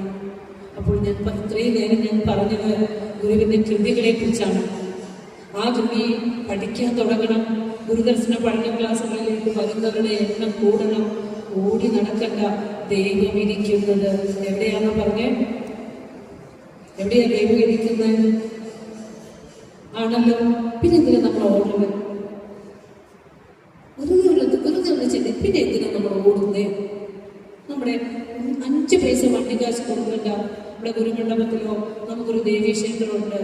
അവിടെ പോയിരുന്ന് മനസ്സിനെ അഭിമുഖമാക്കി ഏതെങ്കിലും ഒരു പ്രാർത്ഥന എടുത്ത് വെച്ച് ജപിച്ച് ശാന്തമായിരിക്കുന്നിടത്ത് ശരീരമടഞ്ഞ് മനസ്സലഞ്ഞ് ധനം ചെലവാക്കി മണിക്കൂറുകളോളം കാത്തിരുന്ന് നടക്ക ചെയ്ത് കണ്ണടച്ചിട്ട് കാണുന്നത് സ്വരൂപത്തെ. ഇവിടെ നമ്മുടെ ദേവിയെടുത്ത് എന്നിരുന്ന് കണ്ണടച്ച് കാണുന്നതും സ്വരൂപത്തെ. ചോദിക്കുന്നതൊക്കെ ഉള്ളിലേക്ക് യുക്തിപൂർണ്ണ ഗുരുവിന്റെ കൃതി എടുക്കണം. ഏത് ക്ഷേത്രത്തിൽ ചെന്നാലും നമ്മൾ ചോദിക്കുന്നത് ഭഗവാനേ എന്ന് പറഞ്ഞ് ഉറക്കെയാണോ ചോദിക്കുന്നത്? അല്ലല്ലോ. എന്റെ ഭഗവാനേ എന്ന് പറഞ്ഞ് വിളിക്കുന്നത് എങ്ങോടാ? ഒരു വിളക്ക് കൊളുത്തി വെച്ചിട്ടുണ്ട്. ഒരു പറയാ, ഇത് കണ്ടുപോകാനാ നിനക്ക് മനുഷ്യജന്മം തന്നത്. ഉലകരുറങ്ങി ഉണർന്നു ചിന്ത ചെയ്യും പലതും ഇതൊക്കെയും ഒറ്റുമാർത്തും മതിയാതെ വിളക്കുതിക്കയും പിൻപൊലികയുമില്ലിതു കണ്ടുപോയിടേണം. വളരെ വളരെ കണ്ണീരോടുകൂടിയാണ് പലപ്പോഴും ഗുരുവരഗതികൾ ചൊല്ലണത്. ഉലകരെ ലോകം ഉറങ്ങി ഉണർന്ന് ചിന്ത ചെയ്യും. നമ്മൾ നമ്മുടെ ജീവിതത്തിൽ ഒരു ദിവസം ആരംഭിച്ചാൽ ക്ലോക്ക് നോക്കും, സമയം നോക്കി തിരക്കിട്ട് ജീവിതം. അത് നിനക്ക് ആഹാരം കഴിക്കാൻ സമയം കിട്ടിയാൽ കഴിച്ചു. അങ്ങനെ ആ ജീവിതം അവസാനിക്കുന്നത് അന്ന് രാത്രി കിടക്കയിൽ ഉറങ്ങുമ്പോഴാണ്. കിടക്കയിൽ നമ്മൾ ഉറങ്ങുന്ന സമയത്ത് നാം എന്ന ശരീരം അവിടെ ഉണ്ടെന്ന് അറിയണില്ല, നമ്മുടെ ഇന്ദ്രിയങ്ങൾ പ്രവർത്തിക്കുന്നില്ല, നമ്മുടെ മനസ്സ് പ്രവർത്തിക്കുന്നില്ല, ശരീരം പ്രവർത്തിക്കുന്നില്ല. പക്ഷെ നാം സുഖമായി ഉറങ്ങി. നേരെ കിടക്കുമ്പോൾ പറയും, ഓ ഒന്നും അറിഞ്ഞില്ല, സുഖമായിട്ട് ഉറങ്ങി. അപ്പോൾ ഒന്നും അറിയാതിരിക്കുന്നതാണ് സുഖം. ദുഃഖം തരുന്നത് മനസ്സാണ്. പ്രഭാതത്തിൽ വായിച്ചു നോക്കുമ്പോൾ മനസ്സുടനും തലേ ദിവസം വെച്ച ദുഃഖം അമ്പാടെ വാണ്ടെടുത്തെന്ന് ചൊല്ലിക്കാൾ. എൻ്റെ കടങ്ങള്, എൻ്റെ മക്കളുടെ പ്രശ്നം, എൻ്റെ അമ്മയുടെ പ്രശ്നം, അച്ഛൻ്റെ പ്രശ്നം, ജോലി സ്ഥലത്തെ പ്രശ്നം, മനസ്സിങ്ങനെ നമ്മൾ അഞ്ചാടിയെ പോലെ കൊണ്ടുപോകും. ഈ ജീവിതത്തിൽ ഓർക്കയിലേക്ക് നമുക്ക് ഭ്രാന്ത് പിടിക്കില്ലേ അല്ലേ? ദുഃഖഭൂയിഷ്ടമായ ഒരു ജീവിതത്തില് ഭഗവാൻ തരുന്ന അനുഗ്രഹം, ഭഗവാനിൽ ലയിക്കാൻ തരുന്ന അനുഗ്രഹമാണ് നമ്മുടെ ഉറക്കം. ആ ഉറക്കം നമ്മൾ നമ്മുടെ സ്വരൂപത്തിൽ ലയിക്കുന്നതാണ്. ആ സ്വരൂപത്തിന്റെ അനുഭവം സുഖമാണ്. ആ സുഖം ഉണർവിലും അനുഭവിച്ച ഋഷീശ്വരനാണ് ശ്രീനാരായണ ഗുരുദേവൻ. അതുകൊണ്ടാണ് ഊണിലും ഉറക്കത്തിലും ഇടപെടാതെ അല്ലേ? നമ്മൾ നോക്കല്ലോ, ഉറക്കത്തിൽ എങ്ങനെയാണ് ഇടപെടാതിരിക്കുന്നത് നമ്മൾ ചിന്തിക്കാറില്ലേ? ആ സ്വരൂപം എങ്ങനെ ഊണിലും ഉറക്കത്തിൽ എന്ന് പറയുമ്പോൾ ഉറക്കത്തിൽ സുഖസ്വരൂപമായി നമ്മൾ സുഖിച്ചു. നാം ഒരു മരണം കഴിഞ്ഞ വീടാണെങ്കിലും സ്വസ്ഥമായി നമ്മൾ ഉറക്കം കിട്ടിയാണല്ലോ ആ മനസ്സവിടെ അടങ്ങും. നേരെ വിടുമ്പോൾ പൊങ്ങി വരും, വാസനയ്ക്കനുസരിച്ച് അത് പൊങ്ങി വരും. എന്നാലും ഭഗവാനിൽ ലയിക്കുന്നുണ്ട്. ആ സുഖം നമുക്ക് അന്തർമുഖമായി തരുമ്പോൾ പുറത്ത് ജാഗ്രതയിലിരിക്കുമ്പോഴും ഉണർന്നിരിക്കുമ്പോഴും കിട്ടും. അതാണ് ഗുരു പറയുന്നത്, ഉലകരുറങ്ങി ഉണർന്ന് ചിന്ത ചെയ്യുമ്പോൾ നിന്റെ ഉള്ളിൽ നിനക്ക് ജന്മം കിട്ടിയപ്പോൾ ഒരു എരി കൊളുത്തി വെച്ചിട്ടുണ്ട്, ആത്മപ്രകാശം. നീ എന്ത് കർമ്മങ്ങൾ ചെയ്യുമ്പോഴും സാക്ഷിയായിട്ട് ആ കർമ്മങ്ങളിലേക്കൊന്നും ലയിക്കാതെ ഒരു ഈശ്വര ചൈതന്യം നിന്റെ ഉള്ളിൽ ഇരുന്ന് എരിയുന്നത് കൊണ്ടാണ് നിനക്ക് ഉണ്ണാനും ഉറങ്ങാനും ഉണരാനും സ്വപ്നം കാണാനും ഒക്കെ സാധിക്കുന്നത്. അതിനെ കണ്ടുപോയിടേണം. അത് കേട്ടാൽ കൊണ്ട് കത്തിച്ചോളും അല്ലേ? അപ്പോൾ കൊളുത്തി വെച്ചേക്കുന്ന ഉള്ളില്ല. അതിൽ ഗുരു പറഞ്ഞത് വിലമതിയാത്ത വിളക്കെന്ന പറഞ്ഞു. അത് ആരും കൊളുത്തിയതല്ല, ആർക്കും ഊതിക്കെടുത്താൻ പറ്റില്ല. പുറമേയുള്ള എല്ലാ വിളക്കുകളും ഊതിക്കെടുത്തിയാലും ഏതിരുട്ടുമുറി പോയി നിന്നാലും ആ വിളക്ക് നമ്മളിൽ നിന്ന് എരിയുന്നത് കൊണ്ട് നമ്മുടെ ഉമ്മ നമുക്ക് അനുഭവിക്കാൻ സാധിക്കും. അതുകൊണ്ട് ഗുരു പറയുകയാണ്, ഈ ഉണ്ണാനും ഉറങ്ങാനും സഹായിക്കുന്ന നിന്നിൽ പ്രകാശിക്കുന്ന ചൈതന്യത്തെ അറിയണം. അതിനാണ് നിനക്ക് മനുഷ്യ ജീവിതം തന്നത് എന്നാണ് ഗുരു പറഞ്ഞത്. ഇനി നമ്മുടെ അവസ്ഥയും ഗുരു പറഞ്ഞിട്ടുണ്ട്. ഉണരണമെന്നി ഉറങ്ങണം, ഭുജിച്ചിരണമശനം ഉണരേണമെന്നി വണ്ണം അണയുമനേക വികൽപ്പമാകയാ ആരുണരുവരുള്ളൊരു നിർവികാരൂപം.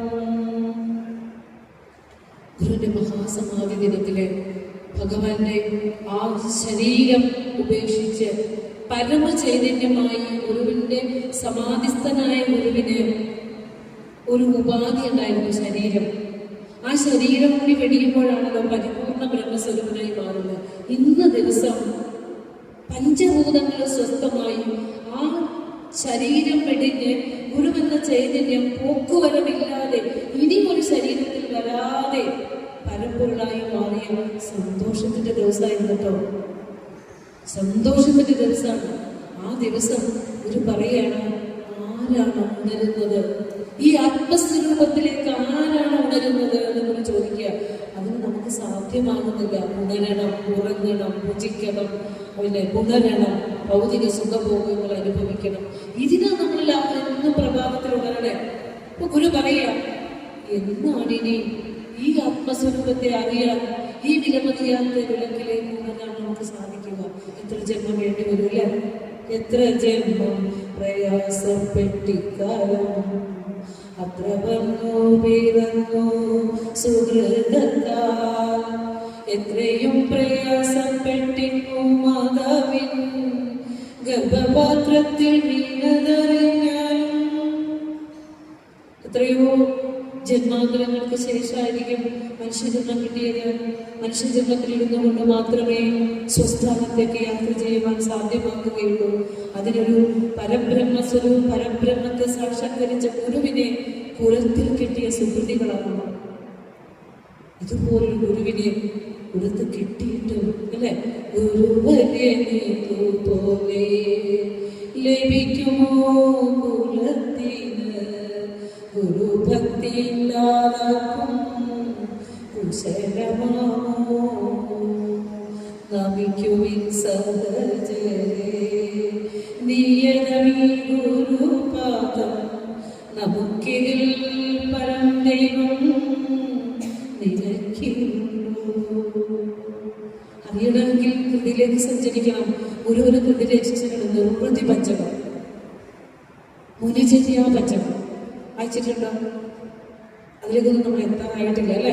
നിർവൃതി പഞ്ചകം രചിക്കുന്നത് അങ്ങ് കാഞ്ചിയില് ശ്രീനാരായണ സേവാശ്രമം ഗോവിന്ദാനന്ദ സ്വാമി ശ്രീനാരായണ സേവാശ്രമം സ്ഥാപിച്ചതിന്റെ ഉദ്ഘാടനത്തിന് വേണ്ടി ഗുരുവിന്റെ കാറൊക്കെ ഉണ്ടായിരുന്നു കേട്ടോ. ഗുരുവിന്റെ ഫിയറ്റ് കാറിലാണ് ശിഷ്യഗണങ്ങളോടൊപ്പമാണ് ഗുരുവിന്റെ ശിഷ്യ ആലക്കുട്ടിച്ചാർന്നാരുടെ ഭവനത്തിൽ നിന്ന് കൊടുത്തതാണ് കാറൊക്കെ അല്ലേ. അപ്പോ അങ്ങനെ ഗുരുവിന്റെ സ്വന്തമായ കാറിലാണ് അവിടെ എത്തുന്ന കാഞ്ചീപുരത്ത് എത്തുന്നത്. അവിടെ ആശ്രമത്തിന്റെ ഉദ്ഘാടനം കഴിഞ്ഞ് തിരുവണ്ണാമലയില് രമണ മഹർഷിയെ കാണുവാനായിട്ട് രമണാചലത്തിന്റെ ആ മല കയറുകയാണ്. രമണ മഹർഷി അതിശ്രേഷ്ഠനായ പരമഹർഷിയാണ്. പരമാനന്ദം അനുഭവിച്ചുകൊണ്ടിരിക്കുന്ന മഹർഷിയാണ്. ഒരിക്കലും മലയിൽ കയറിയിട്ട് മഹർഷി താഴത്തേക്ക് ഇറങ്ങിയിട്ടില്ല. അപ്പോൾ ഗുരു ആ തിരുവണ്ണാമലയുടെ മല ചവിട്ടി മുകളിലേക്ക് എത്തി. രണ്ട് ശിഷ്യഗണങ്ങൾ ഓർത്ത്, രണ്ട് ഗുരുക്കന്മാരുടെയും ശിഷ്യഗണങ്ങൾ ഓർത്ത് ഇവര് തമ്മിൽ ജ്ഞാനസംവാദമൊക്കെ ഉണ്ടാവും. എന്റെ ഗുരുവാണോ നിന്റെ ഗുരുവാണോ വലുത്? എല്ലാവരും അത് കേൾക്കാനായിരിക്കുന്നേ. പക്ഷെ ഒറ്റ നോട്ടം ഗുരു ആരാണെന്ന് അറിയണമെങ്കിൽ ഗുരുവിനെ പഠിക്കണമെന്നാണ്. സാമൂഹ്യ പരിഷ്കർത്താവ് ഭാവം മാത്രത്തിലേക്ക് പോകരുതെന്നാണ്. അതൊരു മാറ്റം മാത്രമാണ്. അപ്പൊ ഒറ്റ നോട്ടം നോക്കിയിട്ട് രണ്ടുപേരും വേണ്ടിയില്ല. കാരണം ഗുരു എവിടെ ചെല്ലുന്നോ അവിടെ ജനക്കൂട്ടമാണ്. ഒരു നോട്ടം കിട്ടാൻ, ഒരു മുന്തിരിപ്പഴം കിട്ടാൻ, ഒരു പഴം കിട്ടാൻ, ഒന്ന് സ്പർശിക്കാൻ, ഇതൊക്കെ കിട്ടിയെന്നുണ്ടല്ലോ ജന്മാന്തര സുഹൃതായി. അതുകൊണ്ട് ഗുരു എവിടെ ചെന്നാലും നിറയെ ജനങ്ങളാണ്. പക്ഷേ ഇവിടെ ഓരോ ആർഭാടങ്ങളും ഉണ്ടായില്ല. നേരൊരു ചെമ്പക മരത്തിന്റെ ചോട്ടിലിരുന്നു ശിഷ്യനോട് പറഞ്ഞു, എഴുതിക്കോളൂ. ഓ കാചാദി പ്രവൃത്തി കാകേദ്വയ ഇത്യാദി പാദോവരതി യസ്യ തസ്മൈവ നിർവൃതി. ഒരു ആത്മാവിനെ കണ്ടു. നമ്മുടെ ഭാഷ പറയുന്ന പോലെ അവർക്കൊന്നും ചോദിക്കാനുണ്ടായില്ല. എവിടെ നിന്ന് വന്നു എന്ന് ചോദിച്ചാൽ ഏതെങ്കിലും സ്ഥലത്തിൽ നിന്നും നീ വന്നു. നിന്റെ പേരെന്താന്ന് ചോദിച്ചാൽ നിന്റെ ശരീരത്തിന്റെ പേരെന്താന്നാണ്. നിനക്ക് എത്ര വയസ്സായി എന്ന് ചോദിച്ചാൽ നിന്റെ ശരീരത്തിന് എത്ര വയസ്സായി. ദേശം എവിടുന്ന് വരുന്നു? കാ ജാതി. അന്നേ കാലത്ത് ഒരു മനുഷ്യനെ കണ്ട ആദ്യം ചോദിക്കും എന്താ ജാതി ചോദിക്കും. അത് ചോദിച്ചിട്ട് ബാക്കിയുള്ളൂ. ഇവിടെ ഇരുത്തണോ അവിടെ ഇരുത്തണോ അല്ലേ? അപ്പൊ ഈ ജാതി, വയസ്സ്, പേര് എവിടുന്ന് വരുന്നു? ഇത്തരത്തിലുള്ള വാദങ്ങളിൽ നിന്ന് ആരാണോ ഒഴിഞ്ഞു നിൽക്കുന്നത് അവനാണ് ആനന്ദം അനുഭവിച്ചു കൊണ്ടിരിക്കുന്ന ഈശ്വര സ്വരൂപം. ഗുരു പറഞ്ഞേ, ഇത് പറയണമെങ്കിൽ ഇതേ ആനന്ദം അനുഭവിച്ച ഋഷിക്കല്ലേ പറയാൻ പറ്റൂ? അല്ലേ പറ്റൂ? അതേ പറ്റൂ. അതുകൊണ്ട് ഒന്നും വേണ്ടിയില്ല.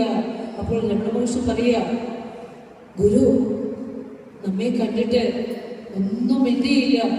പുണ്യാത്മാവ്, മഹാത്മാവ്, എല്ലാം തെളിഞ്ഞവൻ, പെരിയോർകൾ എന്ന് പറഞ്ഞു.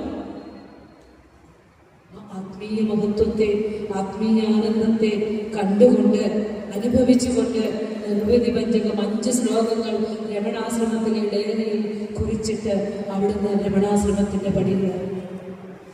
അപ്പോ അതുകൊണ്ടാണ് ശിവലിംഗദാസ സ്വാമികൾ പറഞ്ഞത്, വാദിനാം വാദിനേ വാചമ്യമാനാം മൗനഭാജിനേ സർവലോകാരൂപായ തസ്മൈ ശ്രീ ഗുരവേ നമഃ. വാദികളുടെ മുൻപിൽ അങ്ങ് വാദിയാണ്. വാദപ്രതിവാദത്തിന് വന്നാൽ ഒറ്റ വാക്കും നടക്കും, പിന്നെ ഒരു ചോദ്യം ഉണ്ടാവില്ല. വാചമ്യമികളായ മൗനഭാജികളുടെ മുന്നിൽ വരുമ്പോൾ മൗനം മതി. അവർക്കറിയാം അത് ഗുരുവിന്റെ സ്വരൂപമാണെന്ന് കണ്ടറിഞ്ഞ ശിവലിംഗദാസ സ്വാമികള് പറഞ്ഞു തന്നത് അല്ലേ. അതുകൊണ്ടാണ് സഹോദരയ്യപ്പൻ ഗുരുവിന്റെ ഗൃഹസ്ഥ ശിഷ്യന്മാരിൽ ഏറ്റവും ശ്രേഷ്ഠനായ സഹോദരയ്യപ്പൻ തിരുക്കൊച്ചിയിൽ നമ്മൾ ജീവിക്കുമ്പോൾ ഗോശ്രീപാലം എന്ന ആ സങ്കല്പം, അതിന്റെ യാഥാർത്ഥ്യം സഹോദരയ്യപ്പന്റെ ഉള്ളിൽ വിരിഞ്ഞ സങ്കല്പമായിരുന്നു. വിശാല കൊച്ചിയൊക്കെ അല്ലേ. ആ തിരുക്കൊച്ചിയുടെ ആഭ്യന്തരമന്ത്രിയായിരുന്ന സഹോദരയ്യപ്പൻ ഗുരുവിന്റെ സൃഷ്ടിയാണ്. കറിയൊന്നറിയില്ല. ഒരു തിരുവനന്തപുരം മഹാരാജാസ് കോളേജില് ഡിഗ്രി പഠനം പൂർത്തിയാക്കാൻ പറ്റാതെ നിൽക്കുന്ന സമയത്ത് ഗുരുവരനെ ആലുവ ആശ്രമത്തിൽ വെച്ച് യാദൃശ്ചികമായി ഗുരുവിന്റെ മുമ്പിൽ പെടുകയാണ്. പഠിക്കാൻ ഗുരു അങ്ങനെയാണ്, കൃപയാണ്. കൃപയുടെ മകുടമാണ് ഗുരു, കൃപയുടെ സാഗരമാണ്, കൃപാസിന്ധുവാണ്. അപ്പോൾ പഠനം നിന്നു പോകുന്ന സാഹചര്യത്തില് ഗുരുവിന്റെ മുൻപിൽ ഈ വിവരം അറിയിച്ചപ്പോൾ ആശാനോട് പറയാം, ധനം വിദ്യയാകും, വിദ്യ സേവനമാകും, വേണ്ടത് ചെയ്യുക. ഇത്രേ പറഞ്ഞുള്ളൂ. ഒരുവനെ പഠിപ്പിക്കാൻ ഉപയോഗിക്കുന്ന ധനം വിദ്യാഭ്യാസമായി വന്നാൽ ആ വിദ്യ ലോകസേവനമാകണം. വേണ്ടത് ചെയ്തോ. ഒരു കണ്ടിട്ടുണ്ട് ഋഷിത്വം, കവിത്വം. നമ്മുടെ ഗുരുവിന്റെ മുമ്പിൽ പോയി നിൽക്കുമ്പോൾ നമ്മുടെ ഉള്ളിലുള്ള എല്ലാ ഭഗവാൻ അറിയാം. ഇതൊക്കെ ഇല്ലാതെ പോയാലും നാം ഇപ്രകാരം പ്രകാശിച്ചുകൊണ്ട് തന്നെ ഇരിക്കും എന്ന് പറഞ്ഞ ഗുരു സഹോദരനെ ഞാനായി തീരുമെന്നറിയാം. ഈ സമൂഹത്തിന് മുതൽക്കൂട്ടാകുമെന്നറിയാം. വേണ്ടത് ചെയ്യുക എന്ന് പറഞ്ഞു. ധനം കൊടുത്തു, പഠിപ്പിച്ചു. ജീവിതത്തിന്റെ മുഴുവൻ സമയവും നല്ല തേജോവാനായ കർമ്മധീരനായ സഹോദരനെ പ്രവർത്തിച്ചു. അശരണരും ആലംബഹീനരുമായി സമൂഹത്തിൽ മാറ്റി നിർത്തപ്പെട്ടവർക്ക് കൂടെ ഇരുത്തിക്കൊണ്ട് വായിലേക്ക് ആഹാരം വെച്ചു കൊടുത്ത് പന്തി ഭോജനം നടത്തി ഒത്തിരി വേദനകൾ അനുഭവിച്ചു. ഉറുമ്പിനെ കൊണ്ട് കടുപ്പിച്ചു. അതുപോലെ തന്നെ ഈ കശുവണ്ടിയുടെ കറ നീരൊഴിച്ച് പൊള്ളിപ്പിച്ചു. കുടുംബത്തിൽ നിന്ന് പുറത്താക്കുന്ന രീതി, സമൂഹത്തിൽ നിന്ന് പുറത്താക്കുന്ന രീതി, അങ്ങനെ വേദനകൾ അനുഭവിക്കുമ്പോഴുണ്ടല്ലോ ഓടി ആ ശിവഗിരിക്കുമ്പിലെത്തും. തന്റെ ആ മഹാഗുരുവിന്റെ പാദങ്ങളിലെ ഈ ദുഃഖം മുഴുവനും അങ്ങ് സമർപ്പിക്കും അല്ലേ. കൃപയും ജ്ഞാനവും ഫലിതവും കൊടും മധുര പാവന മനോജ്ഞവാണികൾ ചൊരിയുമാവും തീരണായല്ലോ സഖിയും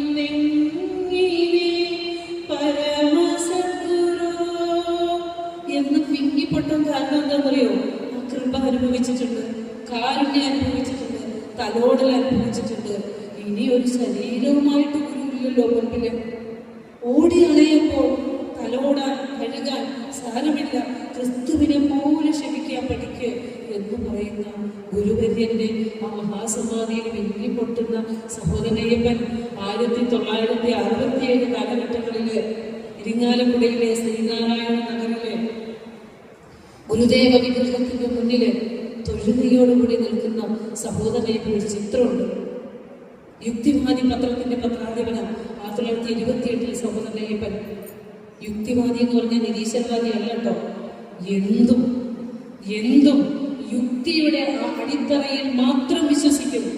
ഈശ്വരൻ ഉണ്ടെന്ന് പറഞ്ഞാൽ അതിന് യുക്തി കൊടുക്കണം. ഗുരു പറഞ്ഞു, ഒരു ജാതി, ഒരു മതം, ഒരു ദൈവം മനുഷ്യന്.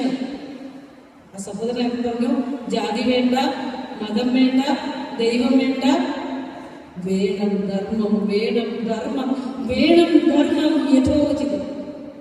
എന്താ എന്റെ അർത്ഥം? ഗുരുവിനോട് വന്നിട്ട് പറഞ്ഞു, ഈ അയ്യപ്പനെ കൊണ്ട് ഒരു രക്ഷയില്ല ഗുരു. ഒരു ജാതി, ഒരു മതം, ഒരു ദൈവം എന്ന് പറയുന്ന സഹോദരനെ ഇപ്പൊ പ്രസംഗിക്കുന്നത് ജാതി വേണ്ട, മതം വേണ്ട, പ്രത്യേകം വേണ്ട, ഇത്ര പറഞ്ഞുള്ളൂ. അപ്പൊ ഗുരു പറഞ്ഞു, ബാക്കി കൂടി പറയൂ, ബാക്കി കൂടി പറയൂ. വേണം ധർമ്മം, വേണം ധർമ്മം, വേണം ധർമ്മം. എന്താ ധർമ്മം? ഇത് മാത്രം മതി. ശ്രീനാരായണ ധർമ്മ പരിപാലന യോഗം, ശ്രീനാരായണ ധർമ്മസംഘം, രണ്ടിലും ധർമ്മം ചേർത്ത് വെച്ചു. ധർമ്മത്തെ വ്യാഖ്യാനിക്കാൻ 4 വരികൾ എഴുതി തന്നു. ഈ ധർമ്മത്തെ വ്യാഖ്യാനിക്കാൻ 64 കൃതികൾ തന്നു. നിരവധി ക്ഷേത്രങ്ങൾ തന്നു. അരുവിപ്പുറമുള്ള ഓങ്കാരേശ്വരയുടെ വിഗ്രഹം തന്നു. ഇല്ല, എന്താ ധർമ്മം? ഈ പ്രപഞ്ചത്തെ ആകെ ചേർത്ത് കോർത്തു നിർത്തുന്ന ഈശ്വര ചൈതന്യം, എന്നിലും നിന്നിലും സമസ്തയിൽ നിന്ന് പ്രകാശിക്കുന്ന ആത്മചൈതന്യത്തെ അറിയാനുള്ള ബോധമുണ്ടാണെന്നാണ് അയ്യപ്പ പറഞ്ഞത്. നോക്കൂ, എല്ലാത്തിനെയും സ്വീകരിക്കാനുള്ള ഒരു നല്ല യുക്തിവാദിയാണ്. എല്ലാത്തിനെയും സ്വീകരിക്കാനുള്ള ഒരു എന്താ പറയാ, ഒരു സ്വീകാര്യത ഗുരുവിനുണ്ട്. അതുകൊണ്ടാണ് സാമൂഹ്യ പരിഷ്കർത്താക്കൾ വരുമ്പോഴും, നിരീശ്വരവാദി വരുമ്പോഴും, യുക്തിവാദി വരുമ്പോഴും, ഒരു സന്യാസ ശ്രേഷ്ഠം വരുമ്പോഴും ഒക്കെ എല്ലാവർക്കും ഗുരുവിനെ ഇഷ്ടം, എല്ലാവർക്കും ഗുരു സ്വീകാര്യത. അതുകൊണ്ടാണത്. അപ്പോ ഈ സഹോദരനയ്യപ്പൻ, ഇങ്ങനെയുള്ള സഹോദരനയ്യപ്പൻ, യുക്തിവാദി പത്രത്തിന്റെ പത്രാധിപരും കൂടിയായിരുന്ന സഹോദരനയ്യപ്പൻ, എന്തിനും ഏതിനും യുക്തി നേടുന്ന സഹോദരനയ്യപ്പൻ തൊഴുതുകൊണ്ട് നിൽക്കുകയാണ്. അന്നത്തെ മാതൃഭൂമി പത്രമൊക്കെ അത് കൊട്ടിഘോഷിച്ച് പത്രത്തിലൊക്കെ വന്ന് ഉദ്ഘോഷിച്ചു, ഇത് അയ്യപ്പൻ തൊഴുതുകൊണ്ട് നിൽക്കുന്നു.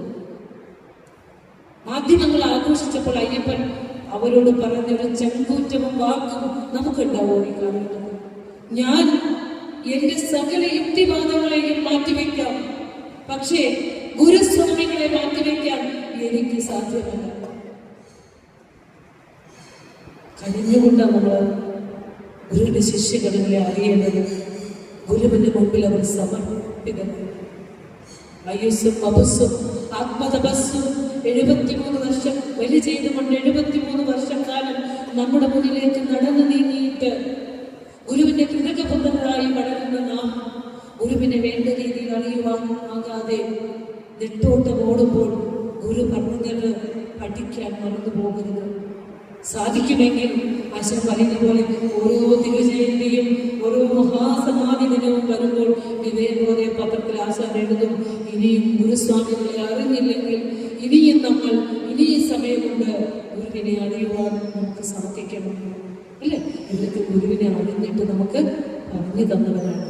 ആ സഹോദരനെ പറഞ്ഞത്, വിമലത്യാഗമേ മഹാസന്യാസമേ സമദബോധത്തിൻ പരമഭാഗമേ ഭുവന ശുശ്രൂഷേയഴുതാരം നിങ്ങൾക്കെഴുന്ന വിഗ്രഹം വിലയമാകുപോയി.